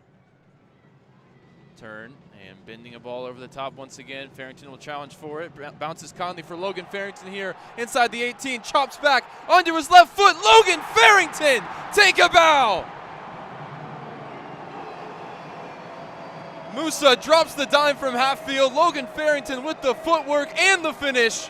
And it's 2-1 to Dallas here in the first half. I'll tell you what, Ryan, sometimes the touch isn't the best, but you just kind of stay with it, and that's exactly what we just saw Logan Farrington do. Just had to fight long enough, just kind of stay with the whole play until he could get something a little bit more to his liking. Kind of thought the moment had gone, but moves the ball back from his right foot to his left foot, gets to about the 12-yard spot, finds the back of the net from right there. Second straight season opener where Petr Musa contributes a goal and an assist, if he is in fact credited with one here, despite the touch off the Toronto defender. He certainly created the opportunity, but Farrington with aplomb. Great footwork in the box, and those two celebrating together in the corner as they so often do. And the momentum swings back to the home side here in the 38th minute. I said Farrington's first touch wasn't what he wanted, but it was because it wasn't his first touch. It was actually Walker Zimmerman that won that first contested ball. But again, it's Farrington just sort of staying with the play. And then juking, in the end, he jukes 2 defenders, both center backs there, to move that ball back from his big chop, back from his right foot to his left to finish with the left foot, and he got a deflection off of it as well. 10th career goal in Major League Soccer for Logan Farrington to go with 12 assists as he kicks off his 3rd season in the league. And now the job for FC Dallas is pretty clear, I think. They've got 7 minutes plus maybe a minute or 2 of stoppage time, maybe. And they just want to make sure they keep this lead going into the second half. Johansson taking some contact and going down there just to bring a moment of calm to a very frantic minute following the goal. He's a big guy. I'm not really sure he needed to go. He got pushed down there, but recognizing that Timothy Ford would probably give him the whistle, I think he used that veteran while, and as you said, just able to settle things for a minute. Well, when you've been whistled for 4 or 5 fouls yourself, you're probably going to get the benefit, yeah. You'll take the opportunity to go down there, I think. Yeah. Final 5 minutes plus whatever's added on here in the first half. Shaq Moore going direct for the run of Petter Musa. Zimmerman climbing up on his back there. It breaks back for Kappas. Kappas leaves it behind and on-rushing Bernard Kamungo. Cifuentes back heel, breaks back for Bernie Kamungo in the middle of the field. Now Farrington, some space for him in the right center channel. Johansson goes on the overlap. Farrington harried all the way by Georgi Mihailovic. Now Ramiro, middle of the field. The captain finds Kappas now 20 yards from goal, out to Petter Musa. Off the left side, bending ball from Petter Musa is deflected up into the air. Headed away by Zimmerman. Ramiro looking to keep it alive. Zimmerman another touch. Out to Cifuentes at right back. Sent down the line, but that one bent out of play. And it'll be a Dallas throw. Got some momentum here, and a 3rd goal before the break could really swing things into their favor. Ryan, what I'm seeing is maybe a good topic for halftime. See what you think about this, but when Kappas gets the ball and gets turned, he does know a good passing angle. He does see a good pass. It's just that as operating in that spot, he's just not as accustomed to, finding those half spaces, finding the right spots and getting himself turned at the right times. It's just, usually as a box-to-box guy, the game is a little bit more in front of you. So I think he still can find a pass. He's just not that, the 10 in terms of finding the space at the right time. Here he is trying to pop up in between the lines. Pressure from behind, and he draws a foul from Cuello. I like the way that he leads the press when he plays in this position, but I think you're spot on in terms of the attacking side of the ball. Maybe not as comfortable picking up those more advanced spots. We saw him start as the number 10 in the playoff finale, Game 2 against Vancouver in 2025. Lodi launching it long towards Musa. Again, banging bodies with Zimmerman, who wins the header. Cifuentes dispossessed there by Kaique. Cifuentes trying to win it back from the wrong side. Farrington in behind for Johansson along the right side. Herman Johansson sliding as he shoots. It's deflected behind for a corner. Now that time, that's a really nice little connection between Farrington and Johansson, and back behind the ball. Timothy Ford's going to maybe give a yellow card. No, he just should talking give a yellow card. To Cifuentes. Well, it was tough because he never really pulled off the full foul as Timothy Ford correctly played that advantage there. Dallas going to have its first corner kick from the right side. It was a foul in installments or a payment plan of a yellow card. That's well put, yeah. But he gets off the hook debt-free there. As Dallas is crowding the 6-yard box for Luka Gavrin. This is going to be the first chance for an in-swinging service from Christian Kappas as he lines up the corner kick from the far side. Final minutes of the first half. Dallas already in front 2-1. Musa and Farrington each on the scoreboard. Everybody besides Kaique in red and blue crowding the 6-yard box as Kappas lines up to take this corner kick. A lot of talking there between Osorio and Farrington. And again, Osorio hits the deck. This time the ball had not been played, so I think Dallas will still get a chance to take the corner.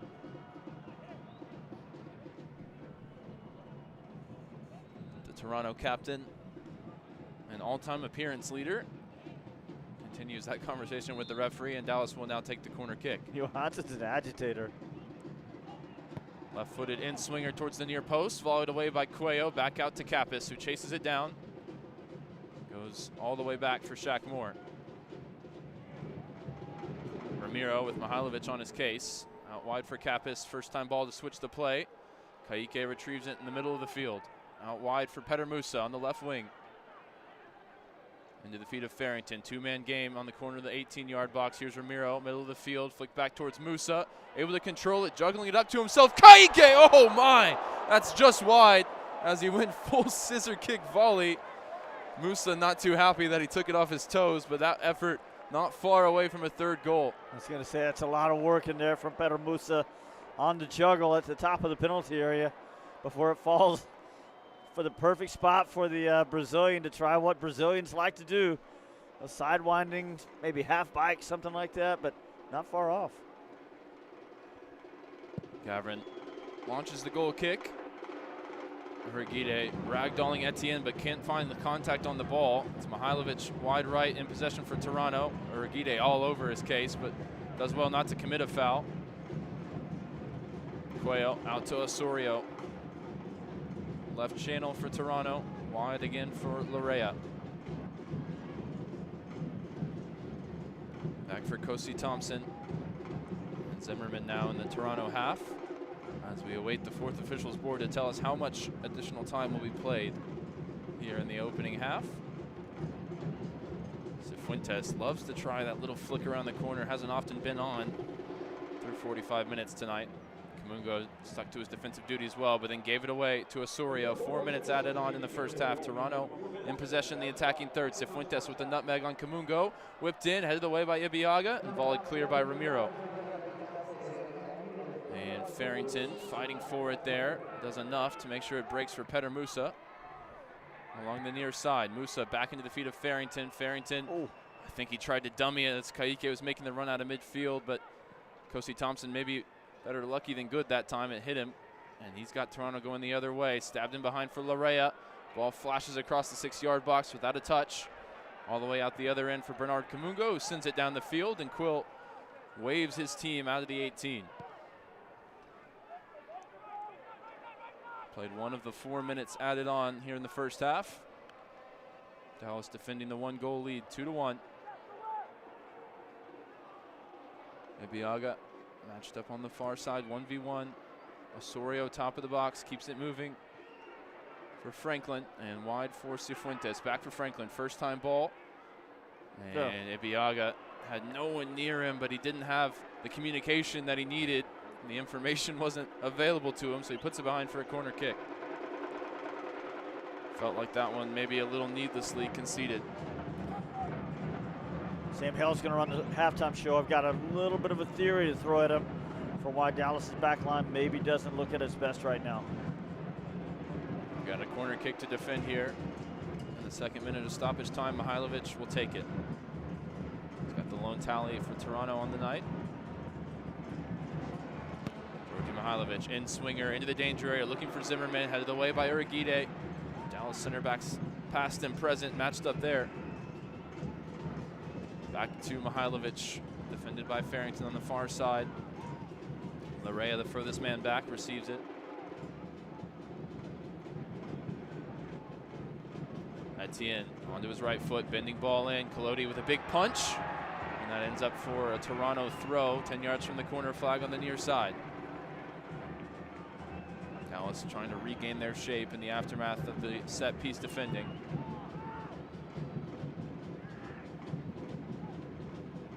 Osorio keeps it moving. Larea down the line. Cifuentes wide left. There's Franklin out to Malik Henry. Chased back by Kamungo. Nowhere to go. All the way back for Alonso Cuello. Johansson wins the header on the diagonal switch. And Kappas spots space for Logan Farrington to run into. First time ball in behind. Musa there as well, banging bodies with Cuello. Cuello does some really good work there just to get back and position himself. As Musa picks up a weird yellow card there. Didn't feel like that warranted a booking for Petar Musa, who did struggle with a few too many cautions in 2025. I think it wasn't a hard foul, but he really didn't have much of a chance to get the ball there against Cuello. Cifuentes took a ride at Bernard Kamungo for free earlier on in the half, so that feels a little bit harsh, particularly against the star player tonight. Malik Henry can't find a way past Bernard Kamungo. Now Kappas out to Kamungo. Kamungo, loose pass. Here's a chance for Derek Etienne inside the middle. Cuts back on Uragide. Emergency defending from Shaq Moore, who's immediately to his feet just to get in the ear of Bernard Kamungo. What is he doing there? Bernard Kamungo is having a rough first half defensively. They're starting to really pick on that gap between Shaq Moore as the left-sided center back and Bernard Kamungo as the left wing back. Mihailovic will take the corner this time from the near side, just under the Dallas supporter section, or making plenty of noise to try and put him off. Mihailovic out swinger, headed away by Kappas only as far as Franklin on the top of the box. His volley is comfortable for Collodi to catch. And that will do it in the first half. Dallas a little bit shaky towards the end of the opening frame of 2026, but they take a 2-1 advantage into the break. Plenty to talk about on the halftime show. Stick with us wherever you're listening, 105.3 or across the FC Dallas radio network. You're listening to FC Dallas Soccer, presented by Toyota. With the 2026 Toyota Tacoma's all-terrain capability and advanced tech, you can do whatever you want. Whatever we want? Yep, whatever we want! Like waking up in a tent with zero cell service on purpose. Or driving down a rocky trail that was never actually a road. Or going out and doing donuts before we've had breakfast. Or catching sunrise by the lake, and maybe even a fish if we're lucky. The 2026 Toyota Tacoma, for every kind of adventure. Test drive at your local Toyota dealer or visit toyota.com today. Toyota, let's go places. Feature availability differs based on trim. See toyota.com for details. UT Southwestern Medical Center in Dallas, Texas, where discoveries change lives. The spark of collaboration that fuels bold thinking in our labs. The spark of inspiration that motivates greatness in the next generation. And the spark of innovation that pushes the boundaries of today's care. At UT Southwestern, teamwork and talent combine to fuel discovery, education, and healing. UT Southwestern. The future of medicine sparks here. It's a moment when I show up, God, I'm saying wow. Welcome to the world of WinStar, the casino of FC Dallas, where 10,000 electronic games, plus roulette, craps, and blackjack is just the beginning. Get lost in our 2-story luxury spa, rest in one of our vast hotel towers, and catch the biggest names in music and comedy at the spectacular Lucas Oil Live, all just 1 hour north of DFW. So come live in the wow at the world of WinStar. God, I'm saying wow.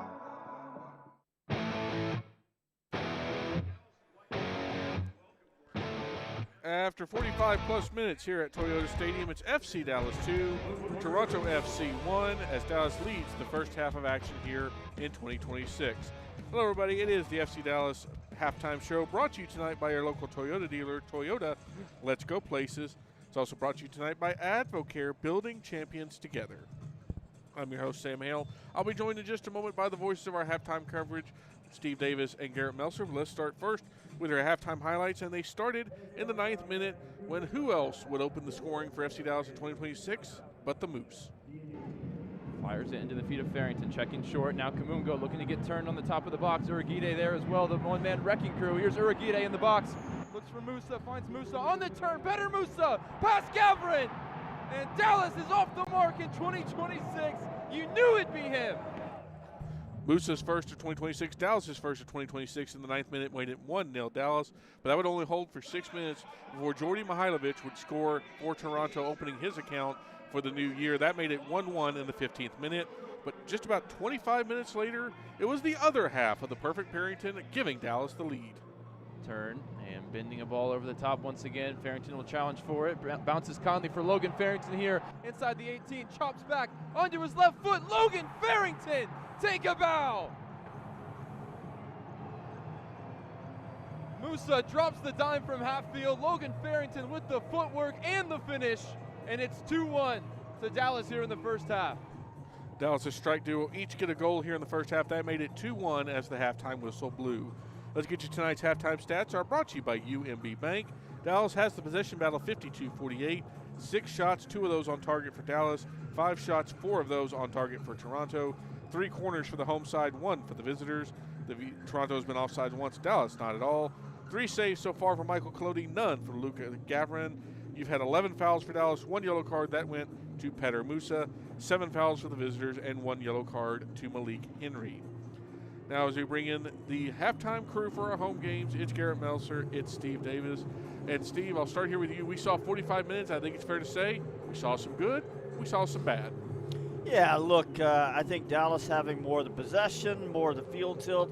You would have liked to have seen more clear opportunities, sitting there with 6 shots on target right now, or 6 shots, only 2 on target. Those are the 2 that went in. I think we're just seeing sort of what we expected, which is that Dallas is playing further up the field. They've got more possession, but unlocking the defenses is going to be a little bit tricky this year until they get a little bit more creativity in there and something a little bit more dynamic. And, you know, you got to get a little bit more from both the wingbacks, I think. Yeah, and Garrett, obviously we'll start with the good before we get to the bad. Both goals are very much a result of Dallas' tenacity of trying to work their way up there. Out of Musa or Farrington, which one did you think was the better goal in the first half? Well, I think it's got to be the second one from Logan Farrington. He does a great job to win the initial high ball and then essentially just sneaks it off the defender and gets his toe in there to get the ball past him. And then it's all about the composure, right? To fake the shot on the right foot, send 2 defenders flying, almost tripping over each other, and then get it onto his left foot for the calm finish. And he hits it pretty hard, but perfectly in the bottom corner. That's just a class goal. And it shows everything about Logan Farrington that we've seen over the last 2 and a bit years now. He just grows before our eyes. He gets better and better every year. He improves by 5-10% in different areas of his game. And as that was all coming to fruition, he's an all-around great forward at this level. And it's really impressive that Dallas found him in the Super Draft playing for Oregon State. And I tell you what I'd say about both goals. Both of them are the product of exactly what Eric Quill has been talking about for 14 months around here now, which is just having the tenacity is the word that you used, having the dog, winning the battles. The first one is all about winning a couple of battles in midfield, which drives the team up the field, leads to the corner kick, sort of leads to a little ball circulation, leads to a goal, where there was a couple of other individual battles that were won in there. Second goal, I actually think it was Walker Zimmerman that sort of won that first header, but he didn't win it cleanly, and that's because, you know, Farrington's in there battling, and then he stays with the play because even though he doesn't win the first one, he picks up the second ball. Then there's a little skill involved, you know, but that's a battle too. And so winning your individual battles is just everything, and Dallas is doing it right now. Meanwhile, on the other end, Steve, the Dallas defense is less sharp than we were used to at the final 10-game run, and it sounded like you were leading me to something that looked to me as well. Maybe the communication among that back trio and even maybe the back 5 is not up to snuff right now. So I'll say, maybe it's communication, but I think it goes a little bit. I'm going to take it a little bit further than that. See what Garrett thinks about this. I think what you're seeing is a defense that just wasn't tested in preseason. You know, you go to Portugal, you play the under-19 team from Brøndby, you play the, sort of a younger team from the second Portuguese division. Come back in here. They played against Houston, might be a pretty good team, but Houston mostly sat back and, played in transition. They played, they did have a game against RSL that, another one against New York, but New York sort of sat back a little bit more. They tried to press. Anyway, the point is, and then they had a game rained out. So I don't think they've really been pushed and tested, and right now they're really gappy back there, especially that gap between Shaq Moore and Bernie Kamungo over there on the left side. A couple of times Kamungo gives a bad ball away. Johansson gives a bad ball away. And so their transition defense got tested. A couple of times Toronto got in behind them on the wings. So just all around, these are things that can be corrected, but they didn't have a chance to see them in preseason and then get them corrected before the home opener. No, I totally agree with everything you said. That's the most disjointed I've seen these 3 players in a back line since they started playing together late last summer. Because typically they were always straight in the line, keeping that offside trap nice and tight, kind of moving together as one. This time, one was going, 2 were staying back and leaving massive gaps in there. That's partly why Toronto got their goal off that. Ton of space, and Shaq Moore couldn't adjust his body to reach the entry pass into Mihailovic. This is definitely not the vintage back line that we saw last year that became very stingy as time went on, and I think Steve is exactly right. I don't think they were tested quite enough in preseason, so they're lacking some cohesion and some minutes together. And one position I want to focus on as we kind of look towards the second half is the wingback position, and it's something we've seen both guys. They're not having their best game, but they're doing it for different reasons, Steve. And I would expect, as we look towards the second half, we know that Herman Johansson probably doesn't have 90 minutes in him yet because of preseason. But I think there's a real chance we could see both wingbacks get chopped and changed in the second half. Yeah, it wouldn't surprise me at all. But some of that is just down to the fact that Eric Quill has options there if the wingbacks aren't really getting the job done. I think Johansson actually early I think he was a bother physically, and so that gives you something. But I think he did find ways as the match went on to become more influential. And you're right, I think he's probably only got about 15 more minutes left. But Bernie Kamungo, I want to see him be a little bit more aggressive with the ball up the left side. There's too many times I thought when he had the ball, could have taken a player on, could have made a forward pass. He just, he takes a safer option. And who knows, maybe that's what the coaching has instructed them to do. I sort of doubt it.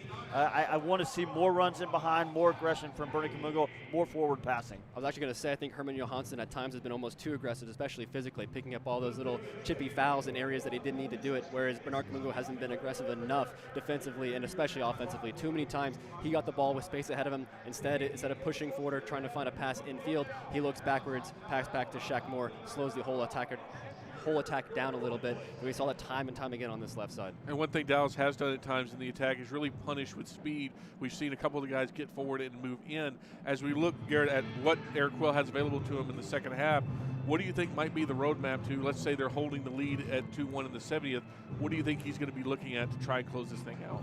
It's a good question. We already talked about Herman Johansson and the fact that he probably doesn't have 90 minutes.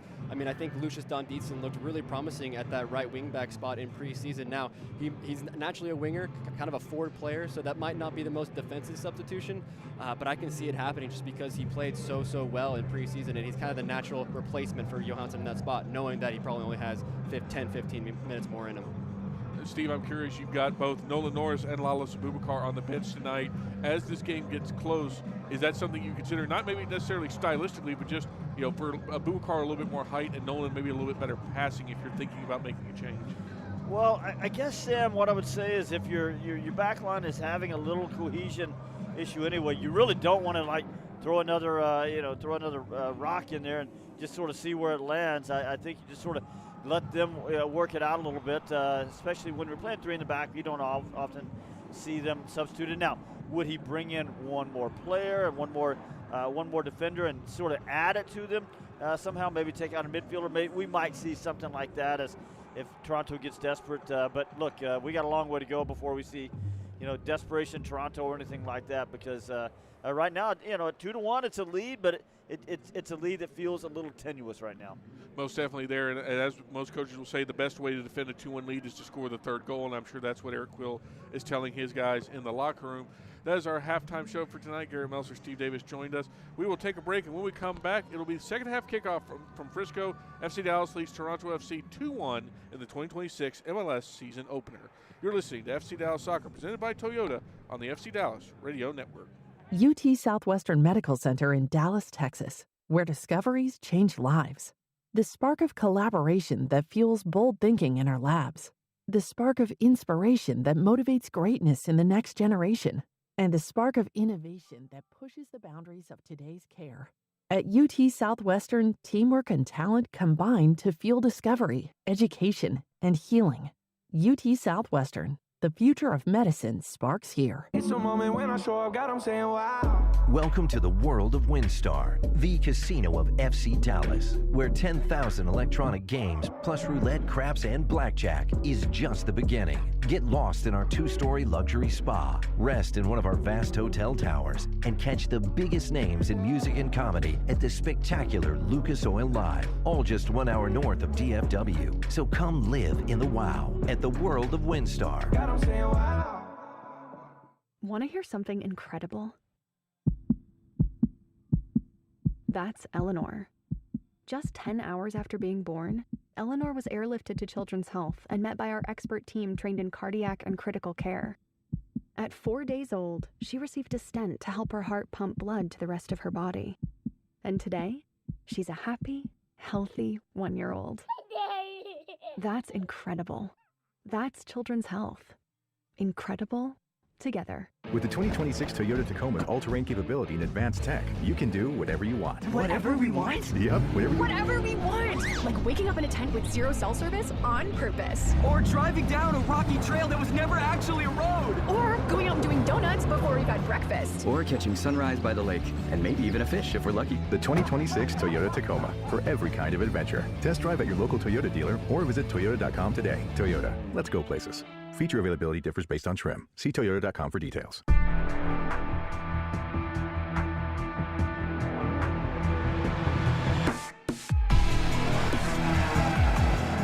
Welcome you back to Toyota Stadium for the second half of action. Dallas leading 2-1 after the opening frame of 2026. And it looks like an unchanged 11 has emerged from the tunnel for Eric Quill. Still awaiting Toronto FC as Dallas make their way across from the tunnel to the opposite side. They'll move from left to right here in the second half. And we thank you for joining us here on 105.3 The Fan, the Odyssey app, the FC Dallas app, wherever you're listening across the FC Dallas radio network here as we kick things off in 2026. Dallas and Eric Quill with a huge objective, top of the bulletin board, and that was to right the wrongs of the home form in 2025. It was a very rare season in which they had more points per game on the road than they did here at Toyota Stadium, and that was the point of emphasis, fixing things here in Frisco. And they're off to a good start as they've got 45 minutes to contend with before picking up those first 3 points, those precious first 3 points of 2026. We still await Robin Fraser and Toronto FC as Steve Davis joins me back here in the booth. And Steve, a lot of positives to take away from the first half, but as the half went along, it started to be a little bit shakier and shakier along the back line. You know there was some words for Eric Quill and his team in the locker room. Well, I mean, I don't know what words would really create the cohesion that he needs to create that we did see in the first 45 minutes. I don't really think it was a matter of getting them fired up. I think they were winning enough of the individual battles. It was just that, Dallas hasn't had a whole lot to work with in the preseason in terms of really sort of refining the rotations and things like that. So, maybe you can go in there and clean up a couple of little details, but that's what you can do right now. Yeah, no matter how long preseason is, you always need a week more to get those things ironed out, and that's what week one looks like, particularly for a Toronto side, still waiting on some big signings and players back from injury. We are back underway for the second half as the fireworks light the night sky in Frisco. 2-1 Dallas as the clock gets back ticking. Toronto moving from right to left here in the second half. Send it down the field, and Shaq Moore slices a clearance out of play for a throw. Both sides unchanged from the group that started the game. Now, what I will say is, a couple of the details are just sort of mistakes. Kamungo giving that one bad ball away, or Ibiaga giving the corner kick away needlessly, so that can be cleaned up for sure. Bouncing ball in the middle of the field, retrieved by Osorio. Larea tries to go first touch forward towards Mihailovic, recovered by the captain Osorio. Johansson in tough on Larea, knocks it off him, and out for a Dallas throw. That was a battle to watch in the first half. Immediately back at it. I would say it was Larea being in tough on Johansson, and you're right. It is a good battle. I think Larea's not going to be upset to see Johansson when he probably departs the game around the 60th minute. 71 caps for Canada for Richie Larea, 87 for Jonathan Osorio. Ibiaga takes the throw, flicked on by Musa. Cifuentes beats Farrington to the ball, gets it back for Gavrin. Musa was 2 for 4 on his duels in the first half. Most of those were against Walker Zimmerman, and Zimmerman's used to winning those, so that was the first time I think I've seen Musa against anyone else, and he won that one easily. Here's Musa putting the pressure on against Thompson, and Thompson puts it out for a throw. It deflects off Musa. Going to be Toronto to pick up the ball.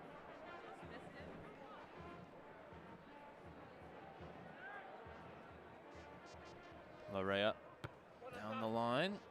Urguide wins it, heads it right back to him. Larea picks it up for another chance at the throw. This time some more air underneath it. Same result though. Urguide wins the header. This one stays in play. Johansson dueling with Osorio for possession. Toronto maintains the ball. Larea with Kaike on his back. Finds Cuello, who turns away from pressure. His switching ball bounces off Logan Farrington. And kindly for Walker Zimmerman. See Johansson already. He's having to be a little less physical right now. He understands he's got that yellow card. All the way back for Luka Gavrin.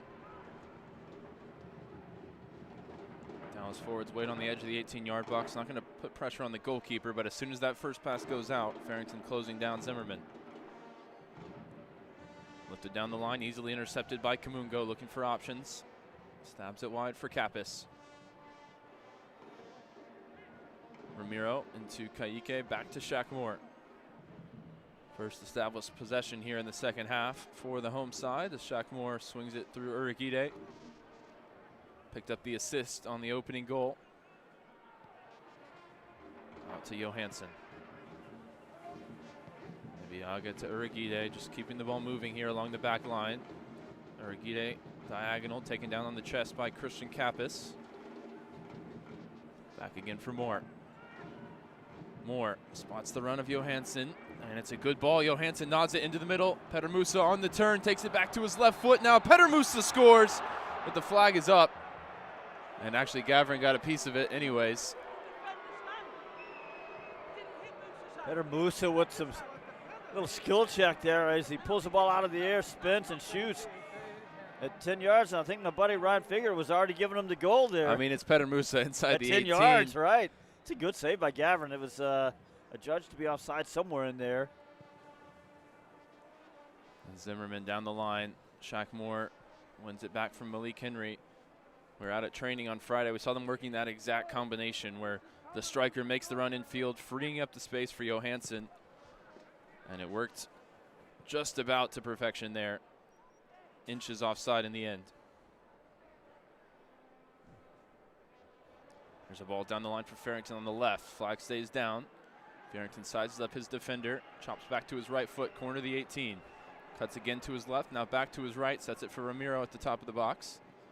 Back to Farrington, bending ball in, looking for Petter Musa, climbing up on the back of the defender there.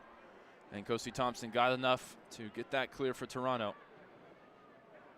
Uragide to Ibiaga, ahead for Kaike. Kaike had more space than he realized. He turns and finds Johansson. Johansson, drop of the shoulder. No way past Richie Larea.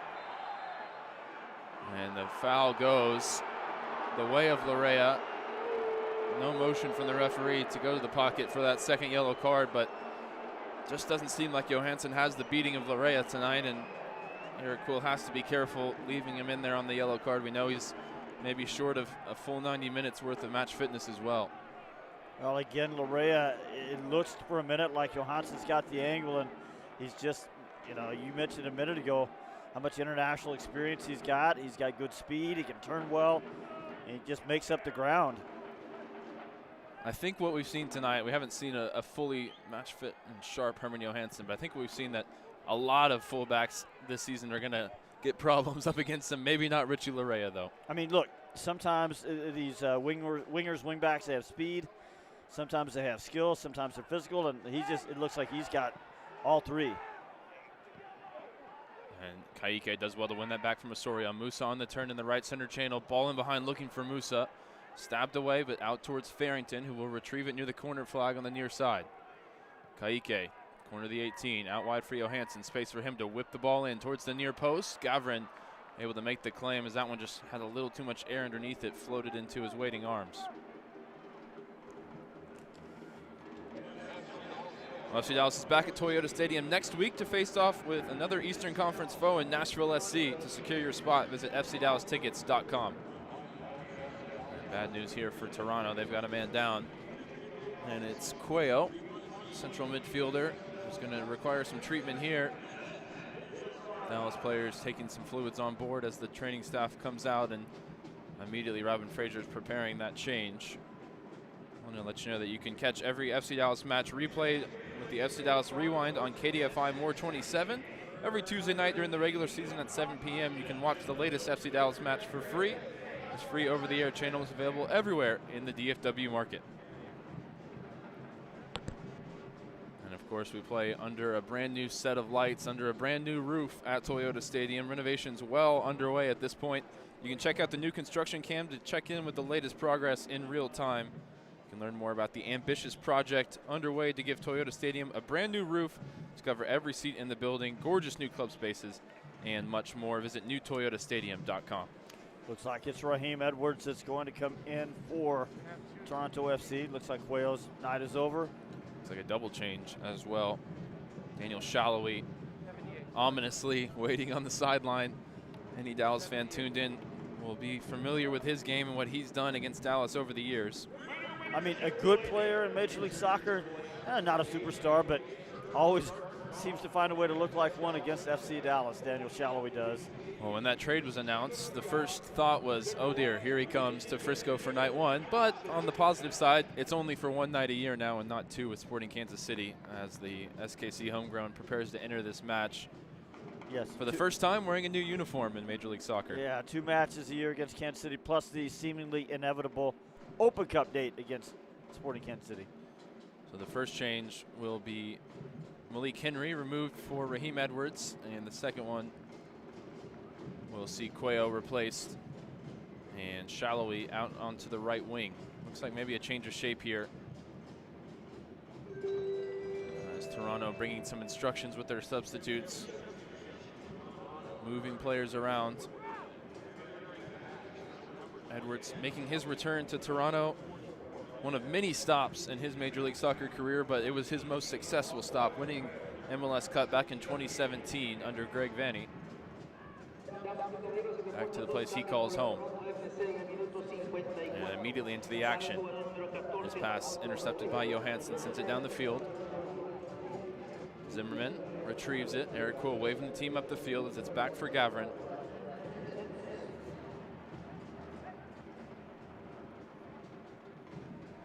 Gavrin direct, looking for Etienne. Header won by Urquide. Once again, Edwards finds the second ball. Mihailovic returns it to him.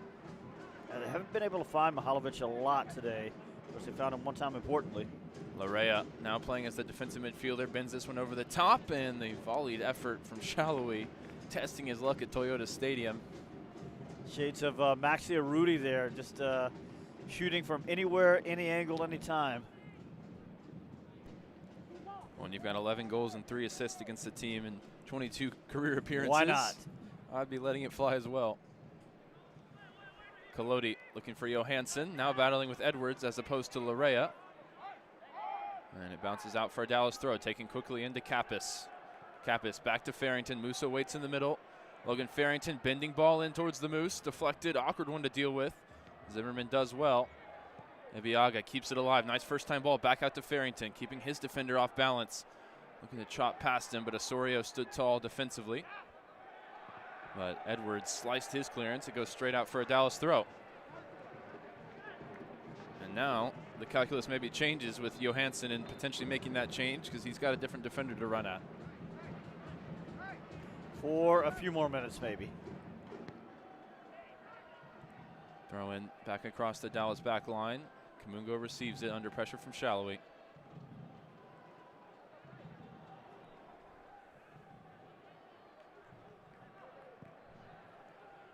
Ball lifted into the air, looking for Kappas. Kappas picks up the second ball there from Franklin. Finds Ramiro in the middle. Kaike out to Kappas. Down the line for Kamungo. Johansson's calling for it at the back post if anybody gets their head up. They keep it along the ground for Shaq Moore. Shaq Moore dribbles into the middle, pops out to Ramiro. Farrington back to Ramiro, and now Kamungo. I think what we're seeing with Bernie Kamungo is something we've seen most of his career, that games with space, when he can run it behind, he's just more effective. Johansson receives it on the right side. Down the line for Kaike. Now sees 2 defenders. Tries to return it to Johansson, but Mihailovic in the way intercepts. Ramiro trying to orchestrate the press here. It's lifted over the top of everybody, but not Urquide. Continues to just be a monster in the duels against Etienne tonight. Now Farrington on the turn, middle of the field against Larea. Farrington driving beyond him, goes down. Referee waves him to his feet. Kaike quickly back onto the loose ball. Here's Musa from the top of the box, shot blocked. I think Toronto got away with one there. And Musa then immediately back on it, winning it from Shallowy. Over the top, looking for Johansson, headed away by Zimmerman. Game is stretched as it breaks for Cifuentes near the halfway line.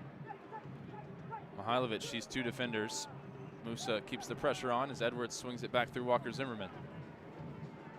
That was right under the referee's nose. Farrington got wrong side of Larea, who's now playing in the number 6 position, defensive midfield for Toronto. Very versatile player. Maybe should have given away a foul there. As Collodi rushing out off his line. Has to be careful not to carry it over the line with his momentum. Referee was on the spot there to judge that he kept it inside the 18-yard box. Yeah, Collodi, as he slid on the wet turf, just did a pretty good job there of spinning his whole body so that his body left the penalty area, but the ball didn't. Ramiro diagonal ball out to Johansson. Receives it, goes back to Ibeagha. Both teams with their substitutes warming up on either side of the field. Dallas putting their group through a little more of a rigorous warm-up. Dallas, Eric Quill still with all 5 substitutions to work with. Toronto only has 3 changes available. Kamungo nods it down the line for Farrington, dueling there with Zimmerman, and Zimmerman biting in with a tackle late. Gives away the free kick, and this is a good attacking position for Dallas to restart play from. I think Zimmerman's getting off lucky here because I think I have to look at it closer, but I think he raked his foot down the back of Logan Farrington's calf. I think maybe he's getting the benefit of the, well, maybe it wasn't a rake, but he definitely got into his ankle from behind. It was a blunt force shin into the back of the ankle. But it's a chance. We'll see if it's still Kappas. This one feels like it's meant for a right-footed player to take. Yeah, I would think so too, but it looks like he's just taking the attacking set pieces tonight. But you're right. Man, I wish they had a right footer there that could spin a ball in toward that back post. I think Johansson probably most suited to cross the ball in, but he's 6'3" and waiting at the back post himself. Ramiro is there to offer the right-footed option. 2 men in the wall for Toronto. Corner of the 18-yard box extended for this free kick. The crowd waits about 10 yards from Luca Gavrin in goal. It's Kappas with 2 arms raised. It's Ramiro stepping over it. Now Kappas whips it into the danger area. Oh, free header for Ibiaga, but he couldn't keep it down. It's over the bar. Golden opportunity spurned there. I mean, you talk about putting the ball in the right spot. It drops 5 yards, dead center goal. There's Ibiaga. I think he just couldn't get up quite quick enough to be able to direct that ball down toward the goal line. 2-1 here as we've played an hour of the 90 minutes. Opening night in the 2026 MLS season. Osorio gives it away to Ramiro. Dallas combining quickly through the lines. 1-2 between Kayik and Musa. Kayik battling with Cifuentes and Larrea. Larrea comes away with it and then wins a foul.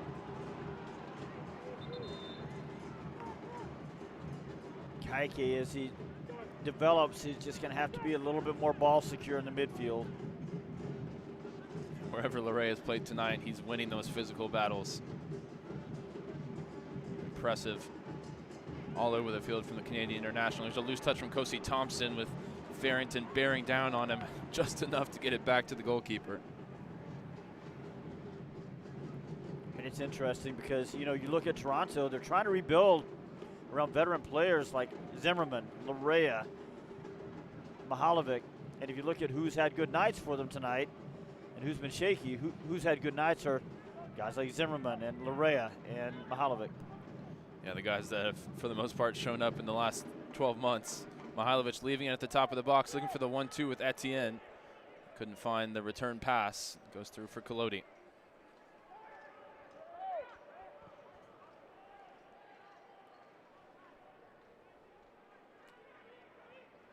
Aragide into the midfield for Kayike, back to him. Now wide for Johansson. Ibiaga trying to play it down the line for Farrington. That one sliced out of play.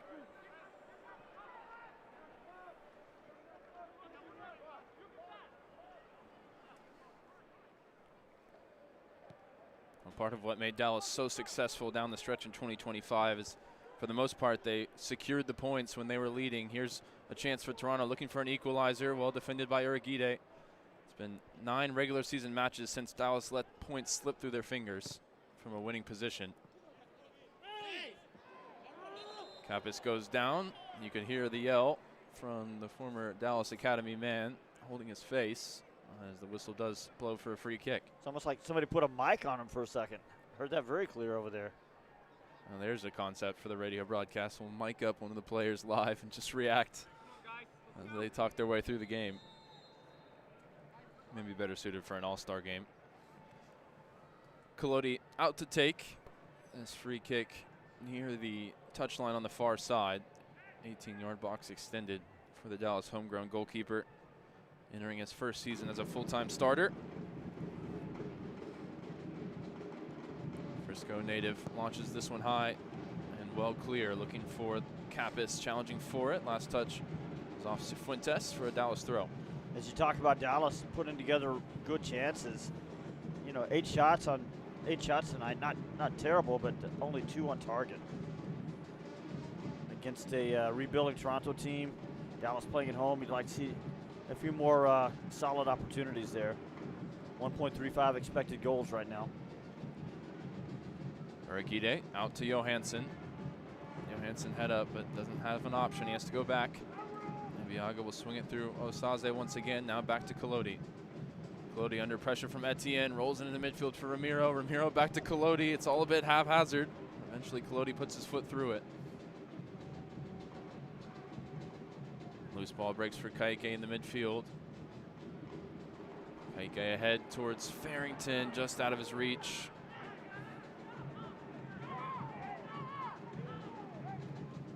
Quill urging for some composure from his group. As we've played 63 minutes, all the goals in the first half, 2-1 Dallas your score. Ebiaga down the line.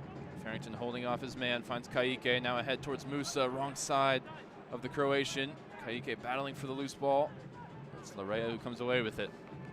I mean, Kaike's energy is unmatched. He just hasn't been great with the ball tonight. Johansson wins it back, scoops it ahead towards Farrington, can't quite control it, and it's good work there from Osorio to get his body in the way.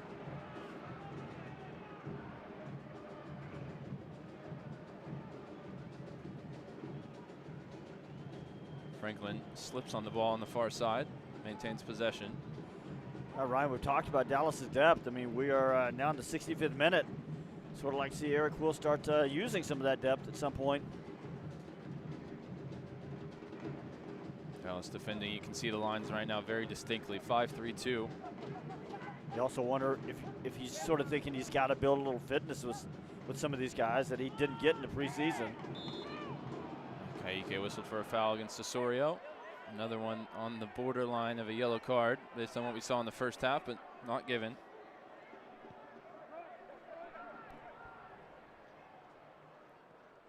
Larea back to Thompson, swings it through to Zimmerman.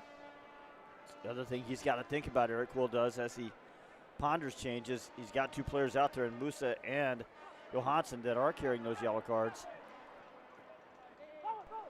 Edwards couldn't find a way past Johansson. Ramiro to Kappas in the middle. And Kappas absolutely cleared out after he released the ball. Referee plays advantage out to Farrington. In along the right side, trying to cut back past Edwards. It bounces through for Gavrin to Sinclair. Mihailovic loses out to Ibiaga. Johansson lifts it over the top. It's Ibiaga who's the furthest forward. And Larea can drive. Dallas a man light at the back. 4v4 here. Wide left, Derek Etienne. Etienne wants to get back to his right foot, and he does. Sending it across the top of the box for Cifuentes. Cifuentes lines up the shot from distance. Collodi able to comfortably make the save right at him. It's a stinging shot off that slick turf. And I think Collodi does real well to deal with that one. Not the easiest ball. Go into Musa. Musa can't connect. Those Dallas attacking patterns breaking down in the second half too frequently. And here's in between the lines an opportunity for Shallowy, shot from distance, pumped away by Collodi and chipped over him on the rebound by Etienne. 2-2 your score now as Etienne gets his first of the season. I mean, Ryan, you can kind of feel it coming. Dallas just got sloppy for the last 5 minutes. I think there's some tired legs out there. I think maybe they need some changes. And Ibiaga got caught too far up the field there. Not sure what he's doing all the way up. And then it just turns into a little bit of a mess that Toronto is able to convert into the equalizing goal. Well, it wasn't Shallowy on the score sheet, but he made the impact with the shot from distance. Collodi couldn't hold it. And he spilled it. He didn't spill it far away from himself, but right on hand to finish was Etienne with a nice composed chip over Michael Collodi. I mean, you're not wrong, but Shallow allowed a turn and shoot at 22 yards. And, you know, Collodi doing pretty well on that first save.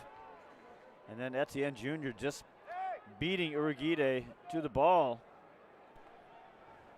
In the end, it's a nice little chip over Collodi, who's scrambling to get back into play. Restart play now, 2-2 in the 68th minute. Toronto preparing another change. Dallas still yet to make any.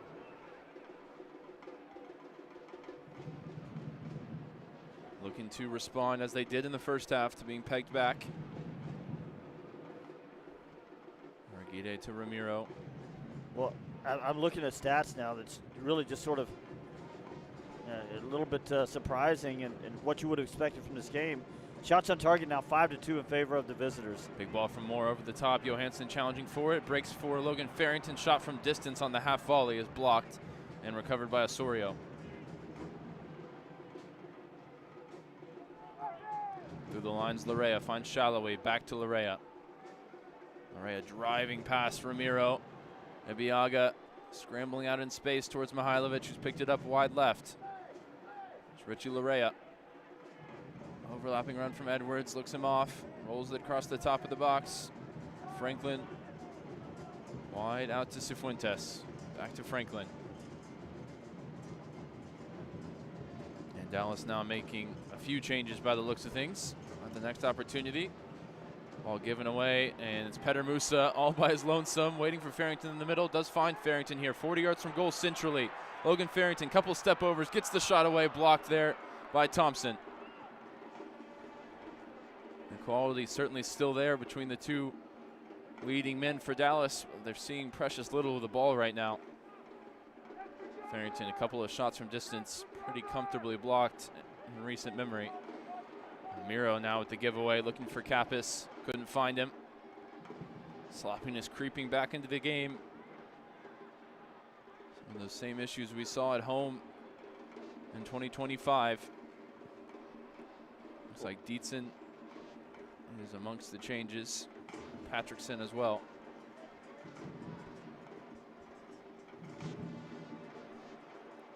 "20 minutes plus stoppage time to go. Anybody's game here on opening night.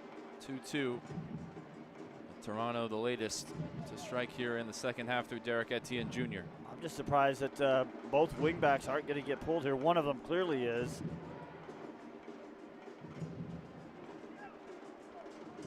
Larrea allowed to bring it across the halfway line. Out towards Thompson. Edwards breaking off the left side. Sets up the opportunity here for Cifuentes, wide for Franklin. Right-footed ball over hit with the cross, and it'll go all the way through for a Dallas throw on the opposite side.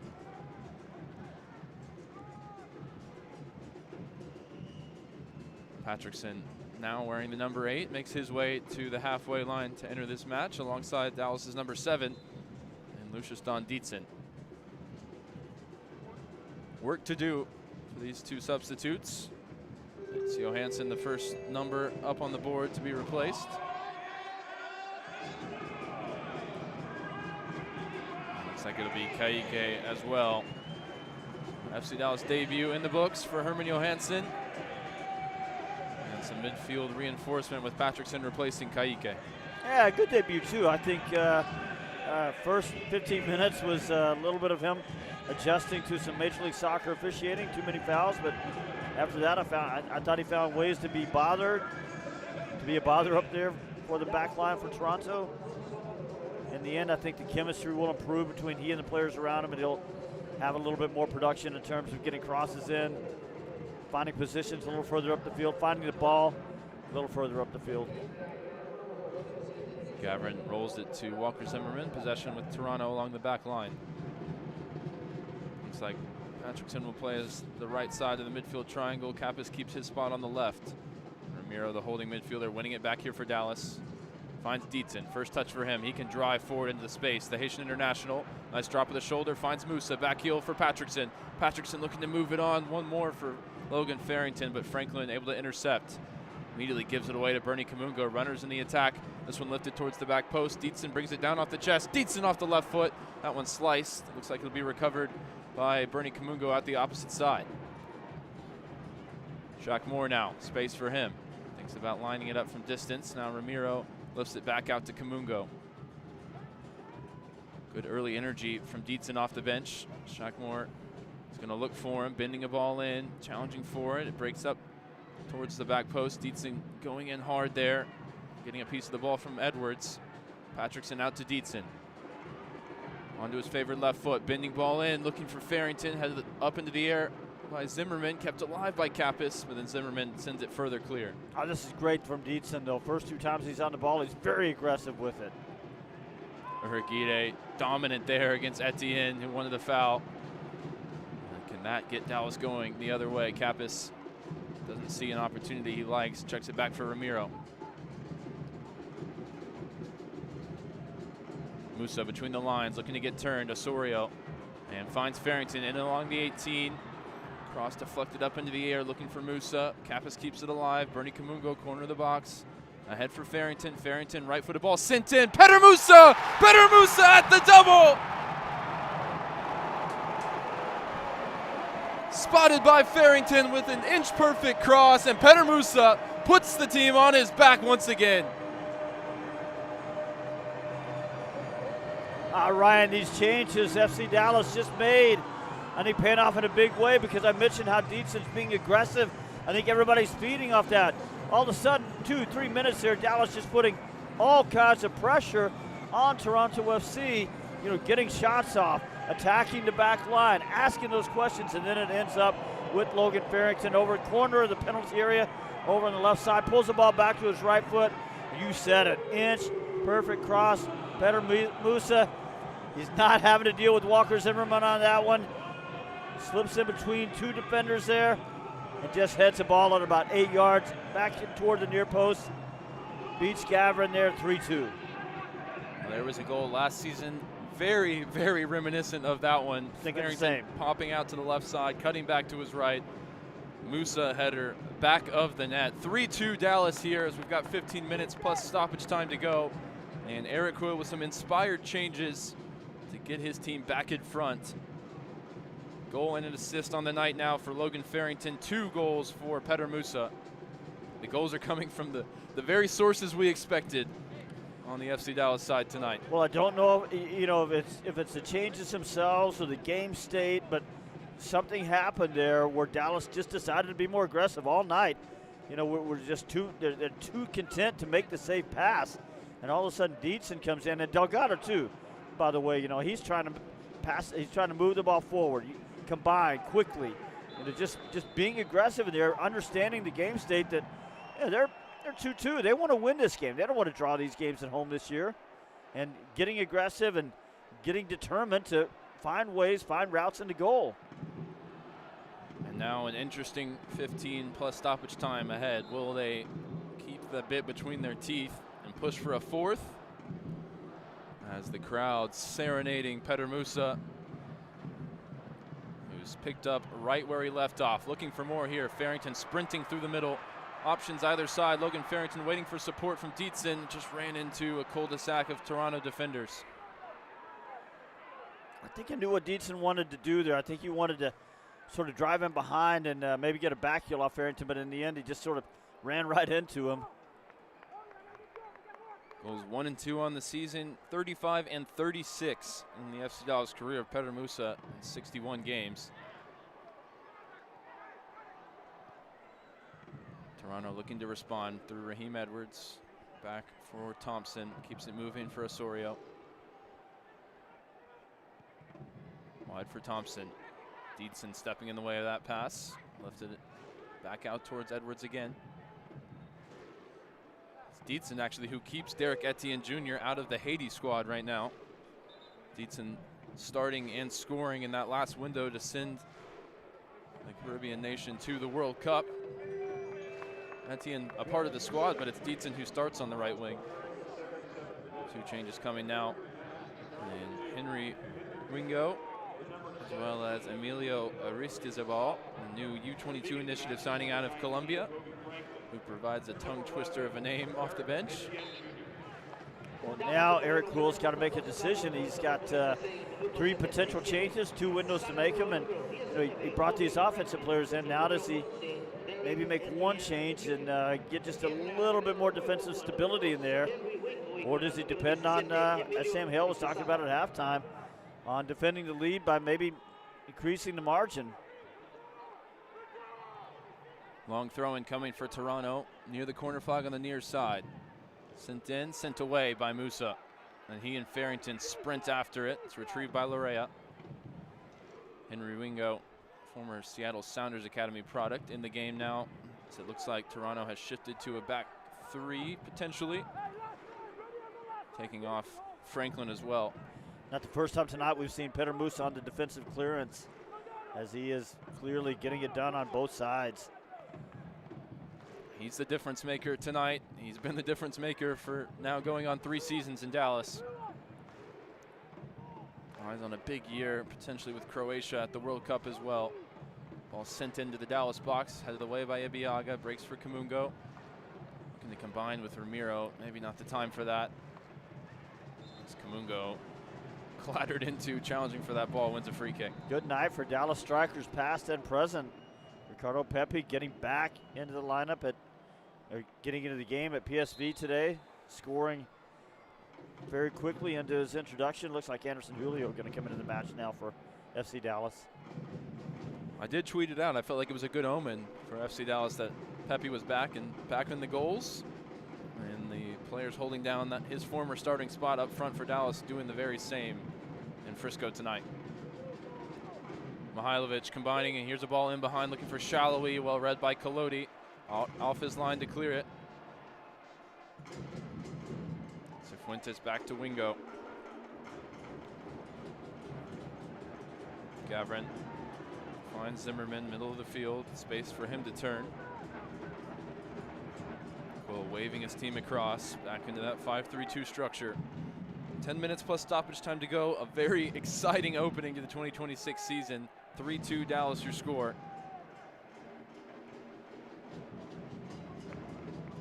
Stick with us for post-game coverage after the final whistle, wherever you're listening, here on the FC Dallas Radio Network.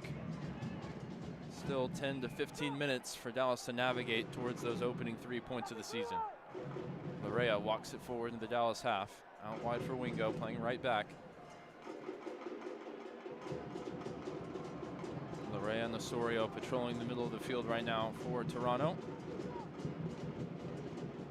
Zimmerman. Time on the ball for him, sends it out wide left for Edwards. Dietzen standing off him. Uragide comes across, wins it back. And Kappa's first time ball forward towards Musa. Musa sets it down for Patrickson. Now wide for Dietzen. Dietzen hits the first time switch, looking for Kamungo, leaves it a little bit short. Kamungo does get there first, using his speed, opening up the legs on the far side, with Cifuentes all over him. No whistle from the referee, as Cifuentes has gotten away with a couple of those now. Right under the brim of the red hat of the Tifo, which has been positioned in the empty seats across the way. I'm watching Bernie Kamungo jog back right now. I don't understand what he's doing. Nice defensive work from Dietzen there, shoulder to shoulder. Eventually sending it clear. Musa in pursuit. He was offside anyway, as Zimmerman nods it back towards Gavrin. And Julio looks about set to enter this match for Dallas, their second substitution window. He'll replace Logan Farrington. Goal and an assist for the now third-year forward out of Oregon State. A man of the match potential contender for his performance tonight. You can hear what it means to the crowd at Toyota Stadium. Yeah, man of the match contender, man of the match winner probably on any other night that he's not looking at the team star striker with 2 goals.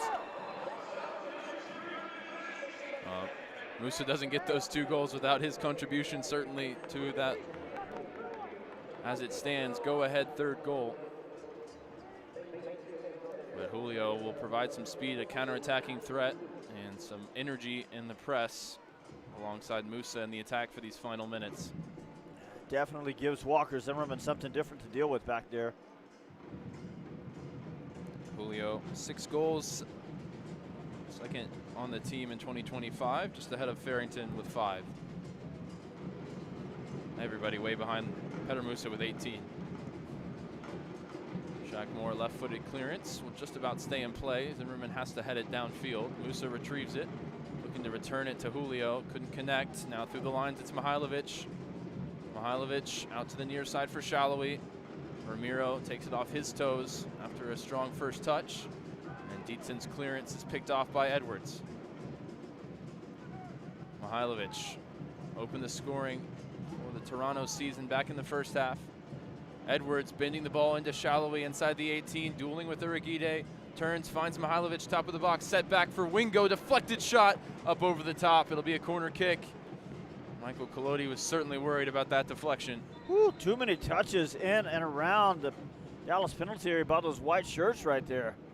Dallas just has to clean up the defensive rotations. I think they need to get another defensive player in there, Ryan. There's a lot of tired legs for Dallas right now. They've got 2 changes and 1 potential window to use those 2 changes. Thinking you're looking at Lawless Abubakar and Nolan Norris on the defensive side, still remaining amongst the subs. Keep seeing Eric Quill look down there. Corner kick to defend here for Dallas. Mihailovic from the far side, outswinger. Right into the 6-yard box, headed away by Patrickson.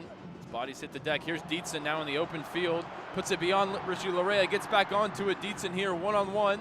Now back to goal, turns and finds the support of Anderson Julio. Julio back out to Dietzen along the right side. Onto his left foot, bending ball is just off target.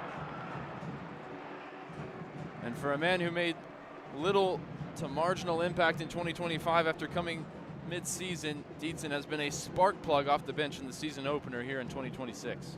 I mean, he's had a couple of touches that weren't the best, but just the attitude, the aggressiveness of the desire to get forward with the ball is helpful. And now he's got to get back as Shallowy's up along the left side for Toronto. His cross is put up behind for a corner kick by Urigide. Now, one thing Eric Cole will work on this week, I know, is defending in transition, because Dallas didn't look great at it there, and there have been moments where they haven't looked great at it all night.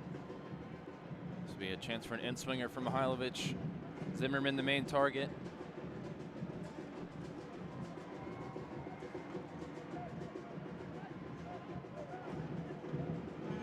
Whipped in by the Toronto number 10. Collodi gets a fist to it, bounces at the top of the box. Cifuentes through traffic, and it deflects off a Dallas body behind for another corner. The lead feeling increasingly under threat. Felt under threat because Cifuentes, as he shot at about 24 yards there's nobody within 6 or 7 yards of him. Second chance for Mihailovic. This time Julio sends it out, and there's a Dallas player down as we play on. Quickly taken throw. Back to Mihailovic, bending ball sent in. Collodi through traffic, bounces through for a Toronto player, but good emergency defending there to keep it away from him. And now open field going the other way. Kamungo forced back by Wingo. Julio picks it up, coming off the right wing. Julio looking to find Dietzen. It's now Ramiro, the furthest man forward, challenging Gavrin, who picks it up as it spins into the 18. 86th minute, 3-2 Dallas. Toronto with the momentum, looking for an equalizer. As Eric Quill calls for the final change. Looks like Ron Benjamin, the new signing, will make his FC Dallas debut in just a moment. Osorio, time on the ball for him, 40 yards from goal in the left channel.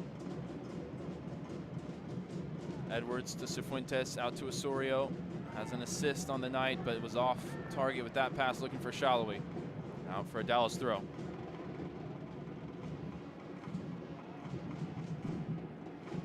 It looks like it's Urigide cramping a little bit now. There's too many players for FC Dallas that are just, I think, out of gas. It's first game, and I think what we're seeing here is a little bit of the residual of not getting that last preseason game in last week. I wonder if they're going to have to hold off on bringing Benjamin into the game, as Abubakar's been called over, potentially to replace Urigide. Not a player you want to take out of a game when you're defending a narrow margin. And he's had a good match tonight. Lawless has often been the closer for this team. Looks like he'll be cast into that role once again if Urigide can't continue. He plays on. Whatever worry we had about Urigide and some shaky moments at preseason, I tell you what, he's gotten the job done tonight. Edwards up the left side for Toronto, sees Dietzen. Ball runs out of play, takes the throw in quickly. Shallowy loses out to Ibiaga, out for another Toronto throw as we're into the 88th minute now. We'll see if Dallas opts to make those changes as Toronto readies the long throw.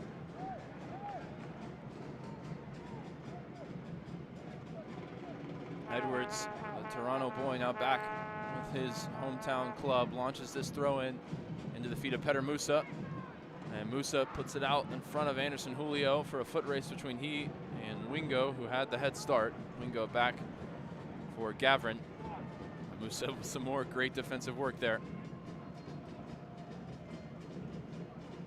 Osorio chops off the left flank, now driving infield, 88th minute. It's the switching ball out to Cifuentes, through the lines, finds Mihailovic. Mihailovic, nice reverse pass, finds Zimmerman in the middle as he was acting as an auxiliary center forward there, combining with Mihailovic, and Dallas forced to concede a corner as the former Dallas man was causing plenty of chaos.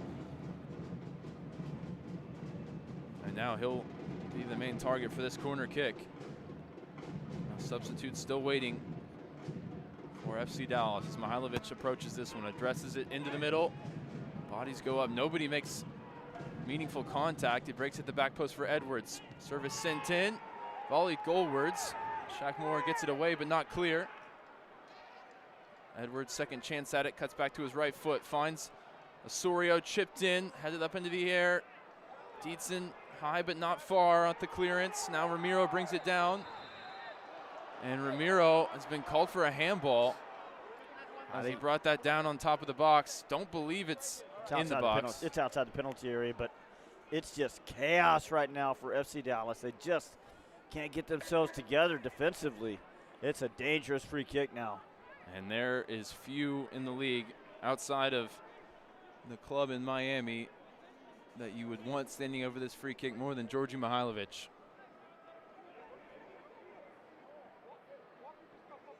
As the referee marks off the yards for the wall to stand 10 away. Well, I'm not sure what the handball was there. I mean, if it's a ball off Ramiro's head, there might have been a penalty shot in here somewhere too. Oh, it's two players coming together on the backside. But look, typically if a ball comes off of a player's head and hits his arm, they're not going to call that.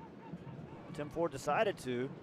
And he's also put the ball as close to inside the box as it possibly could be. This is a free kick from 18 yards and 3 inches. And there's some extracurriculars away from the play as Toronto is trying to shield Michael Coloddi's vision as he sets the wall. 7 minutes added on here as Toronto has Georgi Mihailovic standing over a free kick. And this is why they paid the money for him. Can he make the difference for them here in stoppage time, having already scored in the first half? Dallas setting a 5-man wall with Anderson Julio laying along the ground to allow them to jump, grab those few extra inches. Mihailovic steps back. You know it's going to be him. Coloddi ready to pounce, spring out of his crouch. It's Mihailovic, it's into the wall, it's comfortable in the end. Not cleared though, it's Osorio to pick up the second ball. Immediately sent into the danger area. First header won by Toronto, breaks for Edwards on the near side. Mihailovic, top of the box in the left channel. Trying to find a way through 2 Dallas defenders. It's Ramiro who sends it, this time well clear. And Dallas can finally make those changes. It won't be Abubakar, it will just be Ron Benyamin to make his FC Dallas debut. Christian Kappas, the one to be replaced. I don't know, I might want to get Abubakar in there just to defend some of these crosses that Toronto are just sort of pumping in there willy-nilly. Well, the fourth official just put 3 off, 5 on, up, but the entire Dallas bench immediately said, no thank you. That's not the change we want to make anymore. Confusion between the fourth official and the center official. They clearly sent Abubakar back. And I think it's all been cleared up now. Urquide will finish this game. Drew Keyshawn up off the bench quickly to tell that fourth official, no, we told you we did not want to make that other change. Lorenzo Hernandez, your fourth official, getting an unwanted moment in the spotlight there. As we played 2.5 of 7 added on. Dallas holding on to the 1-goal lead. Looking to start 2026 in the win column. Larea allowed to turn in the middle of the field. Rolls it out towards Cifuentes. Benjamin on his case. Down the line. And nice work there from Shaq Moore. Just gets his body in the way and watches it over the line for a goal kick. Precious seconds can tick away. Yeah, good work there by Shaq Moore, doing what we've seen Richie LeRae on the other side do all night, which is just using the angles, using his positioning, using a little bit of anticipation and seeing the ball a little bit before the attacking player, getting the position right, and just letting that ball roll right over for a goal kick. Michael Colodi able to eat a little bit of time and move the team up the field a little bit. Halfway through the 7 minutes added on. Colodi launching it long. Zimmerman winning the header. He's all over the field right now, wherever he feels he can make the difference. Wingo's clearance high but not far. Benjamin, nice strong challenge in the air to win it back. Musa out wide for Patrickson. Dietzen goes on the overlap, and Patrickson wins a free kick from Edwards, who came in with a head of steam there. And despite a heavy first touch from Patrickson, he's the recipient of a free kick in a decent position. Yeah, you'd like to see Dallas just really possess the ball here and make Toronto chase a little bit. Keep the game in Toronto's half as much as they can. I think you're right. I think Delgado was about to lose the ball there and got bailed out by that foul. And he gets to take a few extra seconds as well without having to go off the field because of the yellow card. Now he's up and ready to take. Looking for a dagger to end the night. Ibiaga forward, Musa forward, Julio and Benjamin lurking. But Dallas not committing too many numbers into this set piece opportunity. Delgado underhits that one, bouncing across the top of the 18. Kamungo retrieves it. Kamungo out to Petter Musa, back to Kamungo. Just about able to keep it in play. Cutback ball is intercepted by Osorio. Benjamin stabs it out of play and off of, well, it looked like the referee was pointing Dallas's way, but throw-in taken quickly by Toronto, and now going the other way. Zimmerman again as the center forward. Out to Mihailovic. Mihailovic fouled by Shaq Moore. Into the final 2 minutes of stoppage time. I mean, Toronto almost getting behind Dallas's back line there, and I'm just not quite sure how that happens when you're you're trying to protect the lead the way they are. You mentioned they didn't commit too many players forward. I think they might have committed even too many, even at that. Mihailovic from the far side. Whipped ball in towards the penalty spot, headed away by Benjamin. Wingo back to Mihailovic. Left-footed ball addressed in towards the top of the box. Musa wins a towering header there. And now Ramiro puts that in front for Benjamin to chase. Edwards had the head start, gets there first, but Benjamin wins it from him. And there's two waiting in the middle, but Edwards from behind able to win it back, as both Patrickson and Julio were waiting for the ball with no defender around them. Final minute of the 7. Benjamin got fouled there right in front of the FC Dallas bench. Wasn't called by Tim Ford. Osorio driving Toronto forward from the back, out to Edwards. Left-footed ball sent in, looking for Zimmerman. Kamungo puts him off just enough. It's going to break out on the far side for another opportunity. Sent in, headed away by Shaq Moore, settled by Kamungo. And Patrickson, final seconds ticking down, returns it to Kamungo, who will just launch this one down the field. 15 seconds or so to play. Toronto goes back to Gavrin. Will they have time for one more foray forward? Gavrin long and direct, looking for Zimmerman, who wins the header. Moore brings it down, plays it through traffic. Kamungo to Ramiro. Not cleared as Toronto wins it back high up the field. Zimmerman scoops this one into the box along the right side. Coming together, look towards the referee, who gives nothing. Ramiro just needs to find an avenue to clear the ball here. Shaq Moore stayed down. It's going to be an attacking throw for Toronto. Still players down on both sides in the 18. Bernie Kamungo a minute ago, he just got to knock that ball into next week. Instead, he tries to play a ball interior into Ramiro. It gets picked off, and he's got to understand the game state there. Going to be a throw in here that Dallas is going to have to deal with. Last opportunity, you think, for Toronto, and it's going to be a long throw in from the far side, yards away from the corner flag. Wingo Put some air underneath this one. Headed up in the air by Zimmerman. Colodi through traffic. Two-handed punch away. Back out to Wingo. Wingo onto his left foot. Bending ball in towards the back post. Headed off target. Flicked off a Dallas player. And they're going to get one more chance at it. We're a full minute past the 7 added on. Corner kick coming. Maybe this is the last chance. Mihailovic.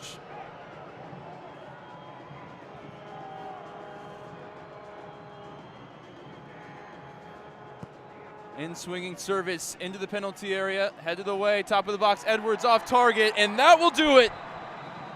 Dallas starting 2026 in the win column. Petter Musa at the double. Farrington, a goal and an assist. And as shaky as it got towards the end, the defense doing just enough in front of Michael Colodi to make sure they end with a W next to their name on the night, Steve. Well, it was chaotic at the end, but all it's going to show in the box score is 3 points for FC Dallas. Well, we thank you so much for listening wherever you listen tonight across the FC Dallas radio network as Dallas starts their home form off on the right foot. That was the #1 goal of the night here in the season opener, and they have put their best foot forward to start 2026. On the other side of this break, we'll break it all down. You've been listening to FC Dallas Soccer presented by Toyota on the FC Dallas radio network. At Toyota, we don't just build trucks. We build something that's meant to last. That's why the 2026 Tundra is built to tough it out and to take it easy. Built to carry tradition and to make new ones. Built stronger, built louder, built here. The 2026 Toyota Tundra. Built in Texas, driven everywhere. Test drive at your local Toyota dealer or visit Toyota.com today. Toyota, let's go places. Feature availability differs based on trim. See Toyota.com for details. UT Southwestern Medical Center in Dallas, Texas, where discoveries change lives. The spark of collaboration that fuels bold thinking in our labs. The spark of inspiration that motivates greatness in the next generation. And the spark of innovation that pushes the boundaries of today's care. At UT Southwestern, teamwork and talent combine to fuel discovery, education, and healing. UT Southwestern. The future of medicine sparks here. Want to hear something incredible? That's Eleanor. Just 10 hours after being born, Eleanor was airlifted to Children's Health and met by our expert team trained in cardiac and critical care. At 4 days old, she received a stent to help her heart pump blood to the rest of her body. And today, she's a happy, healthy 1-year-old. That's incredible. That's Children's Health. Incredible together.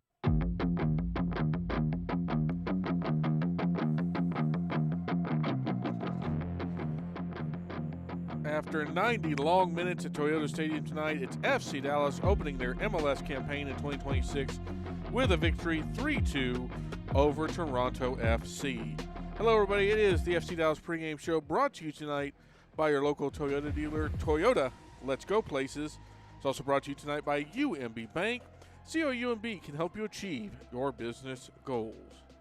I'm your host, Sam Hale. I'll be joined in just a moment by the voices of tonight's victory, Ryan Figert and Steve Davis. But let's start first with your postgame highlights, and they started in the 9th minute for FC Dallas as their leading scorer got 2026 off to a good start. Fires it into the feet of Farrington, checking short. Now Kamungo looking to get turned on the top of the box. Uragide there as well, the one-man wrecking crew. Here's Uragide in the box. Looks for Musa, finds Musa on the turn. Better Musa, past Gavrin. And Dallas is off the mark in 2026. You knew it'd be him.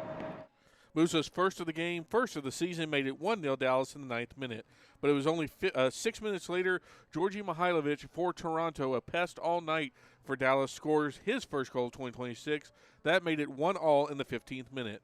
But then just over 20 minutes later, it was the other half of the perfect Parrington, giving Dallas the lead. Turn and bending a ball over the top once again. Farrington will challenge for it. Bounces Conley for Logan Farrington here inside the 18. Chops back onto his left foot. Logan Farrington, take a bow.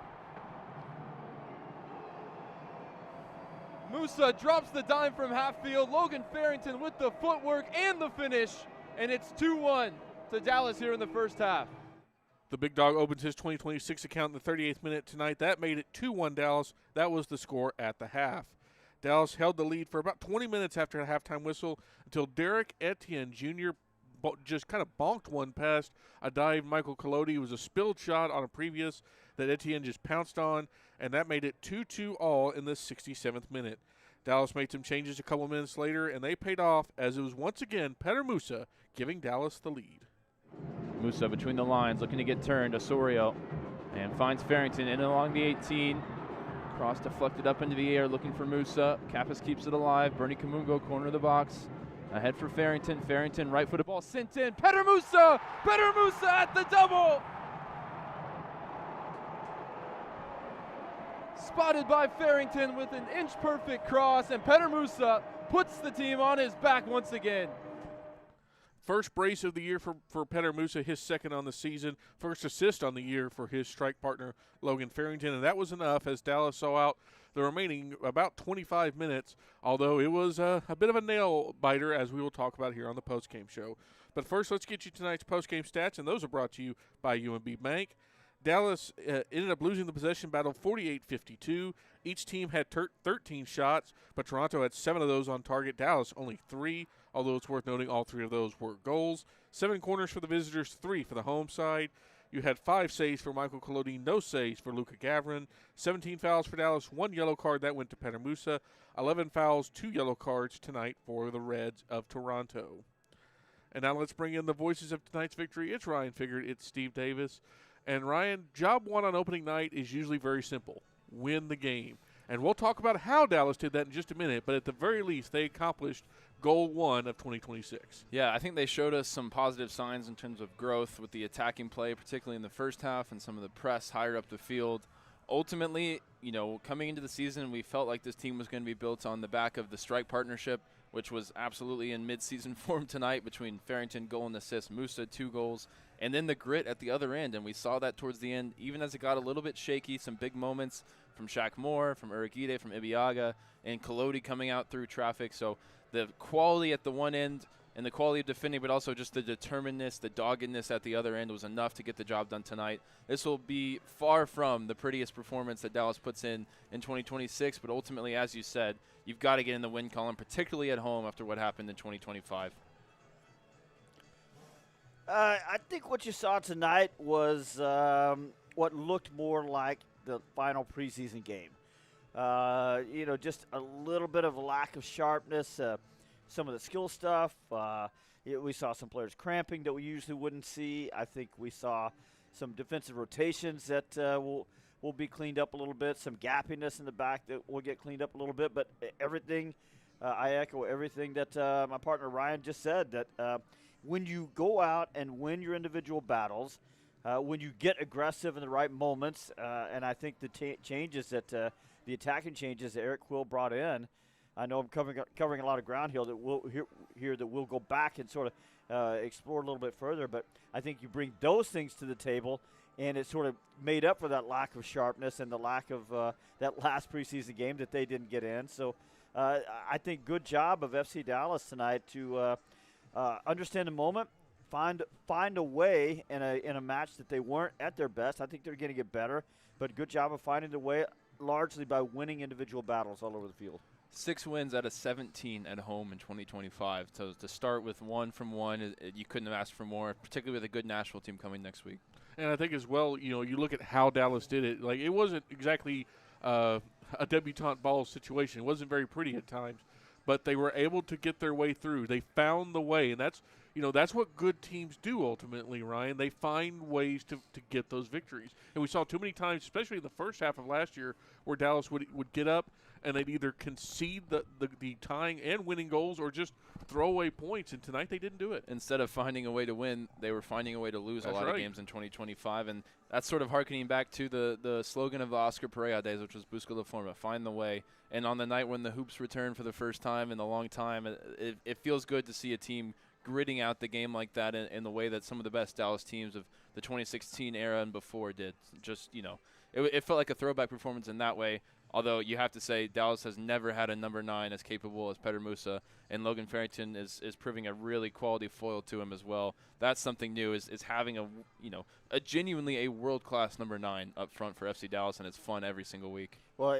here I'll give you some numbers for Petter Musa and Logan Farrington. Both of them had really good matches tonight. Dallas doesn't come away with 3 points without contributions from both of those guys. Musa, 53 touches, 20 of 38 on his passing. We know he's a really good passer from the striker position.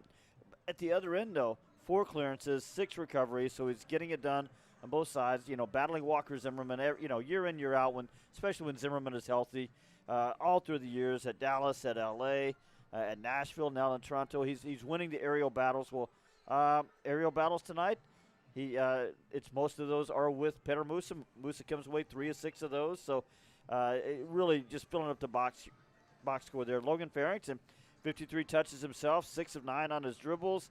He's 9 of 15 on his ground duels. That's a really great number. So both of those guys with the effort sort of leading the way in terms of, again, winning your individual battles. And, what made it even more impressive for Musa, and we get this from the Match Analyst Hub for MLS, he was the most pressured player tonight on either side. He was 16 times pressured in this one, which was the most. So not only was he scoring goals, but he was doing it with Toronto's defense all over him. And that's, I think, really the mark of a guy that, hey, plenty of strikers are going to draw attention. A guy like Musa will draw all the attention. But it's what you can do and get it done in the spite of that pressure. And, it's always impressive to see him do his work. But seeing him do it when Toronto knew he was going to do it, that's the mark of an elite striker right there. Yeah, last year he started hot with 2025. He had a goal and assist in Houston and then a goal and assist in Colorado to start the year. Starts this year with 2 goals, coming out of the blocks hot. He's motivated even more so because he's trying to make that World Cup squad with Croatia, and he's going to have a big first half of the season to make sure that he's a part of that squad. Of course, that would be, I'm sure, the honor of his entire career to represent his nation in the biggest tournament in world soccer. So not only is he motivated by, all the normal factors in terms of being the leading number 9, wanting to win the Golden Boot, all of these things, wanting to win points for the team, but he's got that little bit of extra special sauce on top of trying to make the national team. And I think we're going to see a really motivated Petter Musa as long as he stays sharp, stays out of the book. He did pick up a yellow card tonight. Can't do that too often. As we saw towards the back half of 2025, the team really needs him out there, so he's got to be a little bit more disciplined, but as long as he's putting 2 in a night, I think we can deal with it. Yeah, I think the days of us asking him not to pick up yellow cards are over. I think he's just he's gonna get his yellow cards. It's just the kind of player he is, and I don't mean that in a bad way at all. He's an aggressive player. He's big. He gets his arms up, so he's just gonna get the yellow cards. But again, you just said it. Look. Did he have to sit out a couple of games last year that maybe you would like for him not to have sat out of? Yeah, of course. But also, over the last couple of years, he scored 34 goals, which is more than any player in FC Dallas history has scored over a 2-year period. So you'll take it, right? Yeah, and he's going to play 90 minutes when he's available, so if he gets a match off every once in a while, maybe it's well earned. He's on pace for 68 goals right now. I feel like that'd be a record if he does it. I think so. But, slow down there. Well, and obviously the strike partnership was the highlight of the night, but there were some other things that I think maybe didn't work as well, and for no other reason than it's the first match of the season. And I think a lot of that comes back to the defense, and I want to start specifically with the wingbacks. Obviously, Herman Johansson doesn't play 90 minutes because he's just not 90 minutes fit yet. But I'm curious, and Steve, I'll start here with you. I don't think this will be Bernie Kamungo's best game ever, and I'm not trying to criticize the young man in this. I'm a little surprised that they didn't go to the bench and go for someone else, especially when Dallas had that 7 minutes of extra time put on the board. Yeah, I was a little surprised, too, to be honest with you, Sam. And, I was sort of thinking at some point, what would be the reason to keep Bernie Kamungo on there? There were times when I thought he was looking a little gassed. Maybe the adjudication was that if you brought Ricky Lewis in, that it's just not a good spot to bring a rookie in and ask him to do a lot of defending over there. There were times when Bernie Kamungo, I mentioned this at halftime, when the gap between he and Shaq Moore on that side was a little too large, and Toronto exploited that space a couple of times. So I think it got better in the second half, It did, and maybe that has to do with why Eric Quill chose to keep Bernie Kamungo in there. But clearly, Bernie's just going to have to find more ways to be productive in the attacking end. It's good that he's really embraced the defensive responsibilities there. But on the other hand, he just didn't offer much of a threat up that left side. Again, like we talked about at halftime, I don't think it improved a lot in the second half too many times. He was just too content to keep possession instead of driving at somebody or looking to combine or looking to get an early cross in, just a little too content to just play the safe option there. So he's got guys behind him now that are going to push him, and Bernie Kamungo is just going to have to figure out ways to be more of a threat. On the other hand, Ryan, we have seen before, haven't we, that this isn't his kind of game. When the other team sits back a little bit, Bernie Kamungo was at his best when he's got space in behind, and when teams sit back, he's just not going to have that. Yeah, I mean, I think a lot of those criticisms, particularly from the first half, are valid, but I think he actually grew into the game quite well, and the statistics in the end on his ledger are quite good. If you look at his defensive stats, 4 tackles, a block, a clearance, 4 interceptions, 10 recoveries, 8 out of 13 in the ground duels. Was fouled 3 times, only committed 1 foul. Those are good numbers. As a left back, you take those numbers every single time, but to your point, maybe you need a little bit more when you're the left wing back to get further up the field. But we talked about the attack. It's built all around Farrington and Musa. They got some service tonight, maybe not as much as you'd hope to see week in, week out, but they can also create something out of nothing between the two of them. And ultimately, once you have the lead in those final minutes, I think Kamungo did a good job alongside the rest of the back line in locking things down. And going around the horseshoe here, going to the back three, again, I don't think this is going to be the best game that trio ever plays. Although, hey, wasn't there someone that said we shouldn't worry about Osaze or Igide during training camp when 2 other people that may or may not have called the game tonight said, I might be a little worried. And somebody said, just call me on 221. I just don't remember who that was, but another really good game from Osaze. I think you might be speaking right now. I believe you do remember. Yeah. Well, maybe. But while I think Osaze played really well because that's just what he does, it seemed like when Dallas would play a little bit of that higher line, there were times tonight where Toronto took advantage, and it led to at least 1 goal, and you can argue it led to the second as well. Yeah, I mean, that's who Eric Quill wants to be this season, and maybe after 5 games, if that keeps happening, they rein it back in a little bit. But I think he wants to really trial this higher line, more aggressive posture in the press, and all of that comes down to, can Urugide be the sweeper behind the other 2 center backs, clean up those fires, but also do what he does tonight, which is just absolutely physically dominate Derek Etienne Jr., who is not a number 9. He's not a physical presence up front, but Osaze made sure that you knew that because he didn't win a single 50-50. And if you look at his stats, terrific as well. 14 counted defensive contributions, 11 clearances, 1 tackle, 2 out of 3 in the ground duels, 4 out of 4 in the air. Nearly perfect with his passing, 50 out of 52, including the assist on the opening goal. Saw him make a couple trademark bursts through the middle of the field. As you don't see many center backs pulling that off, but he can go coast to coast with the best of them. So he seemed to get right back into midseason form, and we know this team is going to be built right through the spine. The 2 strikers, Christian Kappas, I think, and then Urugide and Kolodi, and they all showed up in different levels today, but Urugide held it down in that back line big time. I saw one ball that bounced where I thought maybe Urugide could have gone and gotten that one. Otherwise, I thought flawless, really physical in the right ways when he needed to be, without fouling. Just terrific. If you're going to play that high line, you've got to have somebody back there that can run and chase and sort of clean up messes, and that's exactly what Urugide can do, and that's exactly what he did tonight. Absolutely flawless performance. Now, look, it's against Toronto FC. They don't have a great striker right now. Mihalovic can give you some problems. I do think, though, Sam, the issues for Dallas, whatever they were defensively, and you said that Toronto did give them some problems. I think it was more about defending in transition and just midfield structure. There was too much space at too many times out in front of that back line, and so I think if Dallas is going to play the high line, yes, Urugide can go clean up some messes, but don't give him so many messes to clean up, right? If you're going to play the high line, you better be effective in the press. You better press in the right places at the right times as a group, and you better be in the right spots back behind it so that Urugide doesn't have to be, putting on the cape every night. So do you think some of that, as we take a small detour into the midfield here, is because Dallas slightly changed how they structured it because they are playing that new kind of inverted triangle double 8, or do you think it's just because it's the first game of the season and everyone's learning things? Yeah, I don't think Kaique had his best game today, and they kind of count on him to be the second ball winner in there. Obviously, Ramiro is the organizer, and he goes into tackles as well, but it's really down to Kaique. When you look at some of the best defensive midfielders in the world, they're so quick to get into the second balls, and at his best, he is that as well, but tonight maybe he was a little bit off it, or maybe it just didn't spin his way or bounce his way. Because, you know, a lot of that sometimes is luck when you're fighting for those second balls. You got to get yourself in the right position, but it's got to bounce your way as well. And I think he didn't come away with his best night. Kappas faded in the second half, I think, had a pretty strong first half and looked, you know, in good form to start the game and leading the press. I like how he leads the press out of the midfield as well, but, you know, maybe faded and isn't quite 90 minutes fit. So if we want to talk about another substitution, Ron Benjamin didn't have much to do, but he made an impression with his athleticism, springy in the jump and winning the aerial duels.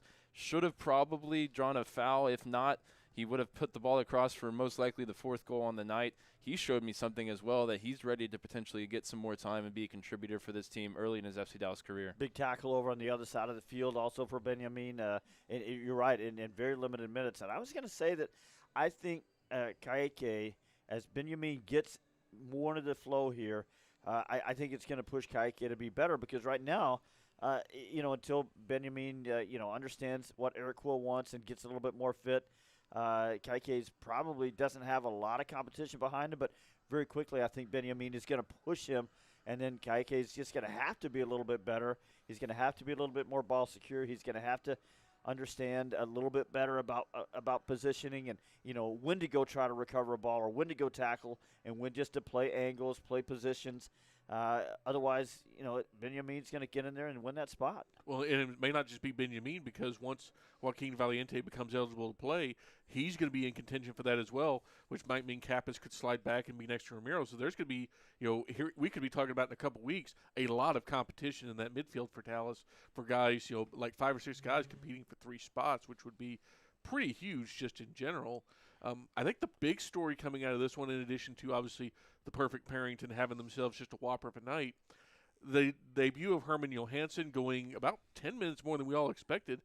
And then, hey, who knew Luis Don Dietzen had that in his bag? What an interesting 2026 debut for the Haitian International. Yeah, statistically, I was looking at the numbers. He clocked the fastest sprint in the game, and he looked so like athletic, and he's just a spark plug off the bench. Was he really sharp, particularly with his final action? No.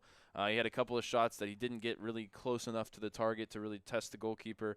That was kind of a theme on the night for Dallas. They come away with just 3 shots on target, even though they had 7 shots inside the box. Dietzen with a couple after he came on, but he was a spark plug. And, you know, there's competition for the reserve role of right wing back too, because we've seen Sam Sarver come to the game and do similar things. Shaq Moore can obviously shift out there as well. So I think everybody on this roster has to feel the pressure of somebody breathing down their neck, outside of probably your 2 strikers and Michael Collodi in net. And that's a great place to be for Eric Quill. He's going to have headaches, not just for who starts, but also who makes the 20. There's quality players that weren't even involved with the substitutes warming up tonight. So I think Dietzen is another example of somebody who can push Johansson, who we expect to be a starter. He's brought in on, you know, on a starter type of contract we expect. So he's going to get the first run at it, but if Dietzen continues to have an impact like that, he at the very least can be the spark plug off the bench. Well, Dietzen, you said it. He's got to clean up the final ball there, but I don't know, Sam. You said who saw it? Who thought he had that in his bag? I mean, I think we all saw how aggressive he was at running at defenders at every chance he got in those preseason games, and that's exactly what he showed me as he came off the bench. And I'm telling you, the goal came after 3-4 minutes after the introduction of Delgado and Dietzen, and I think the team fed off that aggressiveness. You know, the team that we watched not be aggressive enough in the final third, I think was feeding off Dietzen's aggressiveness and his intent to take the doggone ball and go forward. You know, don't just play it laterally. Don't just, you know, pass it around. Take the ball and take on a defender. Make the defender make a play. Make him make a choice, right? And I think the team fed off of it. And what was the timing on the goal after the 74th minute? 74th minute after the substitutions. I believe like 2 minutes. Yeah, at most. It wasn't much more than 3 or 4 minutes. So that was exactly what the team needed. That kind of spark. Yeah, and we talked about, you know, in the 90 minutes, wanting to see the substitutes maybe a little bit earlier because Dallas does concede in the 67th. Substitutes come in the 71st, 72nd minute, and then they immediately go back in front in the 74th. So maybe there's a case that Eric Quill could have been a little bit more proactive with the substitutions, but when he made that, the reaction to the goal going in, it seemed to be the perfect cards to pull out of the deck, and both Patrickson and Dietzen provided a nice spark in leading to that third goal. Yeah, I think this is a good judgment in the four that Eric Quill brought in tonight. Anderson Julio, Ron Benjamin, Patrickson Delgado, and Lucius Don Dietzen. High energy guys that put in, maybe they didn't always contribute when it comes to goals or assists, but they brought the effort, they brought the energy, they brought the ethos that Quill really wants.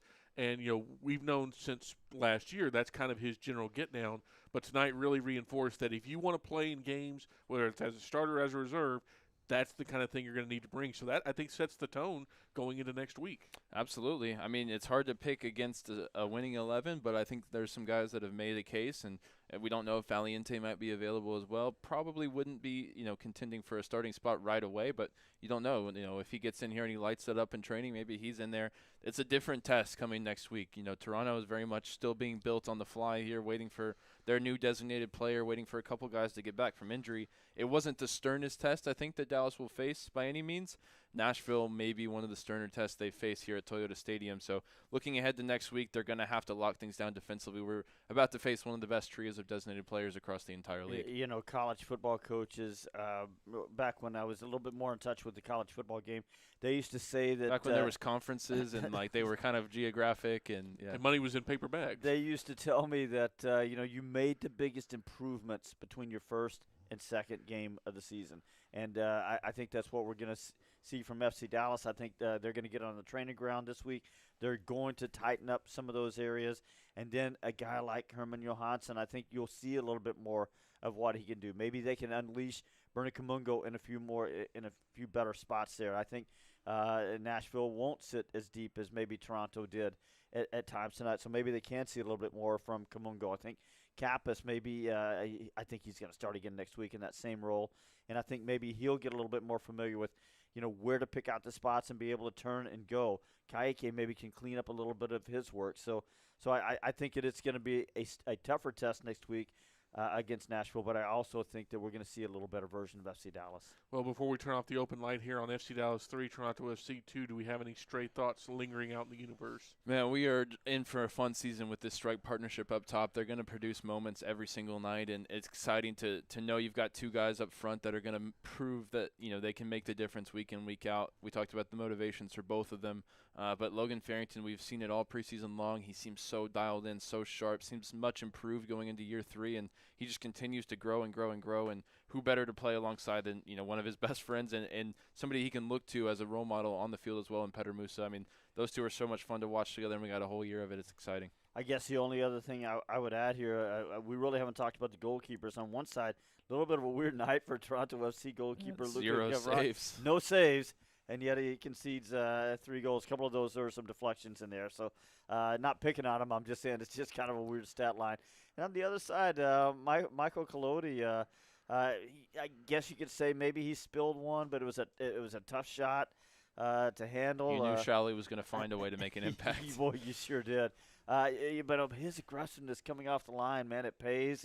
I almost worry that, every time he comes for a ball in traffic, he gets it, he punches it, and then he takes a big spill, though. And, you worry about that just a little bit. But he gave up 2 goals. But the first one, absolutely no fault on the first one as he got put in a one-on-one situation. And then the second one, as I said, maybe, he could have – I think maybe the one thing he would do differently on that second ball next time, and that second goal, something Martin Paz talked to us about a long time ago.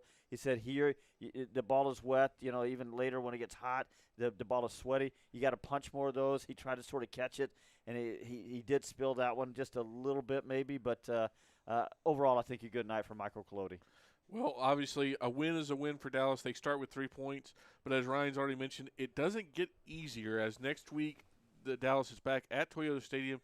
They take on Nashville SC, who opened their season tonight. And they played New England. And this one was over in the 39th minute as a brace from Sam Surridge in the 6th and 16th. Henry Mukhtar tossed one on for fun in the 39th. And then Warren Madrigal made it 4-1, which was your final tonight. at Geodis Park. So Nashville also starts their campaign off with a dominant win over a New England squad that I'm not sure much is expected of, but hey, a win is a win. So next week it'll be a great striker matchup, Petter Musa versus Sam Surridge. So be ready for that. It'll be a 7:30 kick here from Toyota Stadium. Of course, tickets, FCDallasTickets.com. But if you can't make it, FC Dallas pregame show starts at 7 o'clock up till kickoff at 7:30. And don't forget, the FC Dallas agenda comes out later this week. We'll have one of the big newsmakers from this game. We'll have more thoughts and, of course, a deeper preview of the Nashville game coming up. But that's going to go ahead and do it for tonight's postgame show. FC Dallas wins 3-2 in the season opener against Toronto FC. For Ryan Figert, for Steve Davis, I have been Sam Hale. You've been listening to FC Dallas Soccer, presented by Toyota on the FC Dallas Radio Network. The preceding broadcast has been a presentation of the FC Dallas Radio Network. Want to hear something incredible? That's Eleanor. Just 10 hours after being born, Eleanor was airlifted to Children's Health and met by our expert team trained in cardiac and critical care. At 4 days old, she received a stent to help her heart pump blood to the rest of her body. And today, she's a happy, healthy 1-year-old. That's incredible. That's Children's Health. Incredible together. It's a moment when I show up, God, I'm saying wow. Welcome to the world of WinStar, the casino of FC Dallas.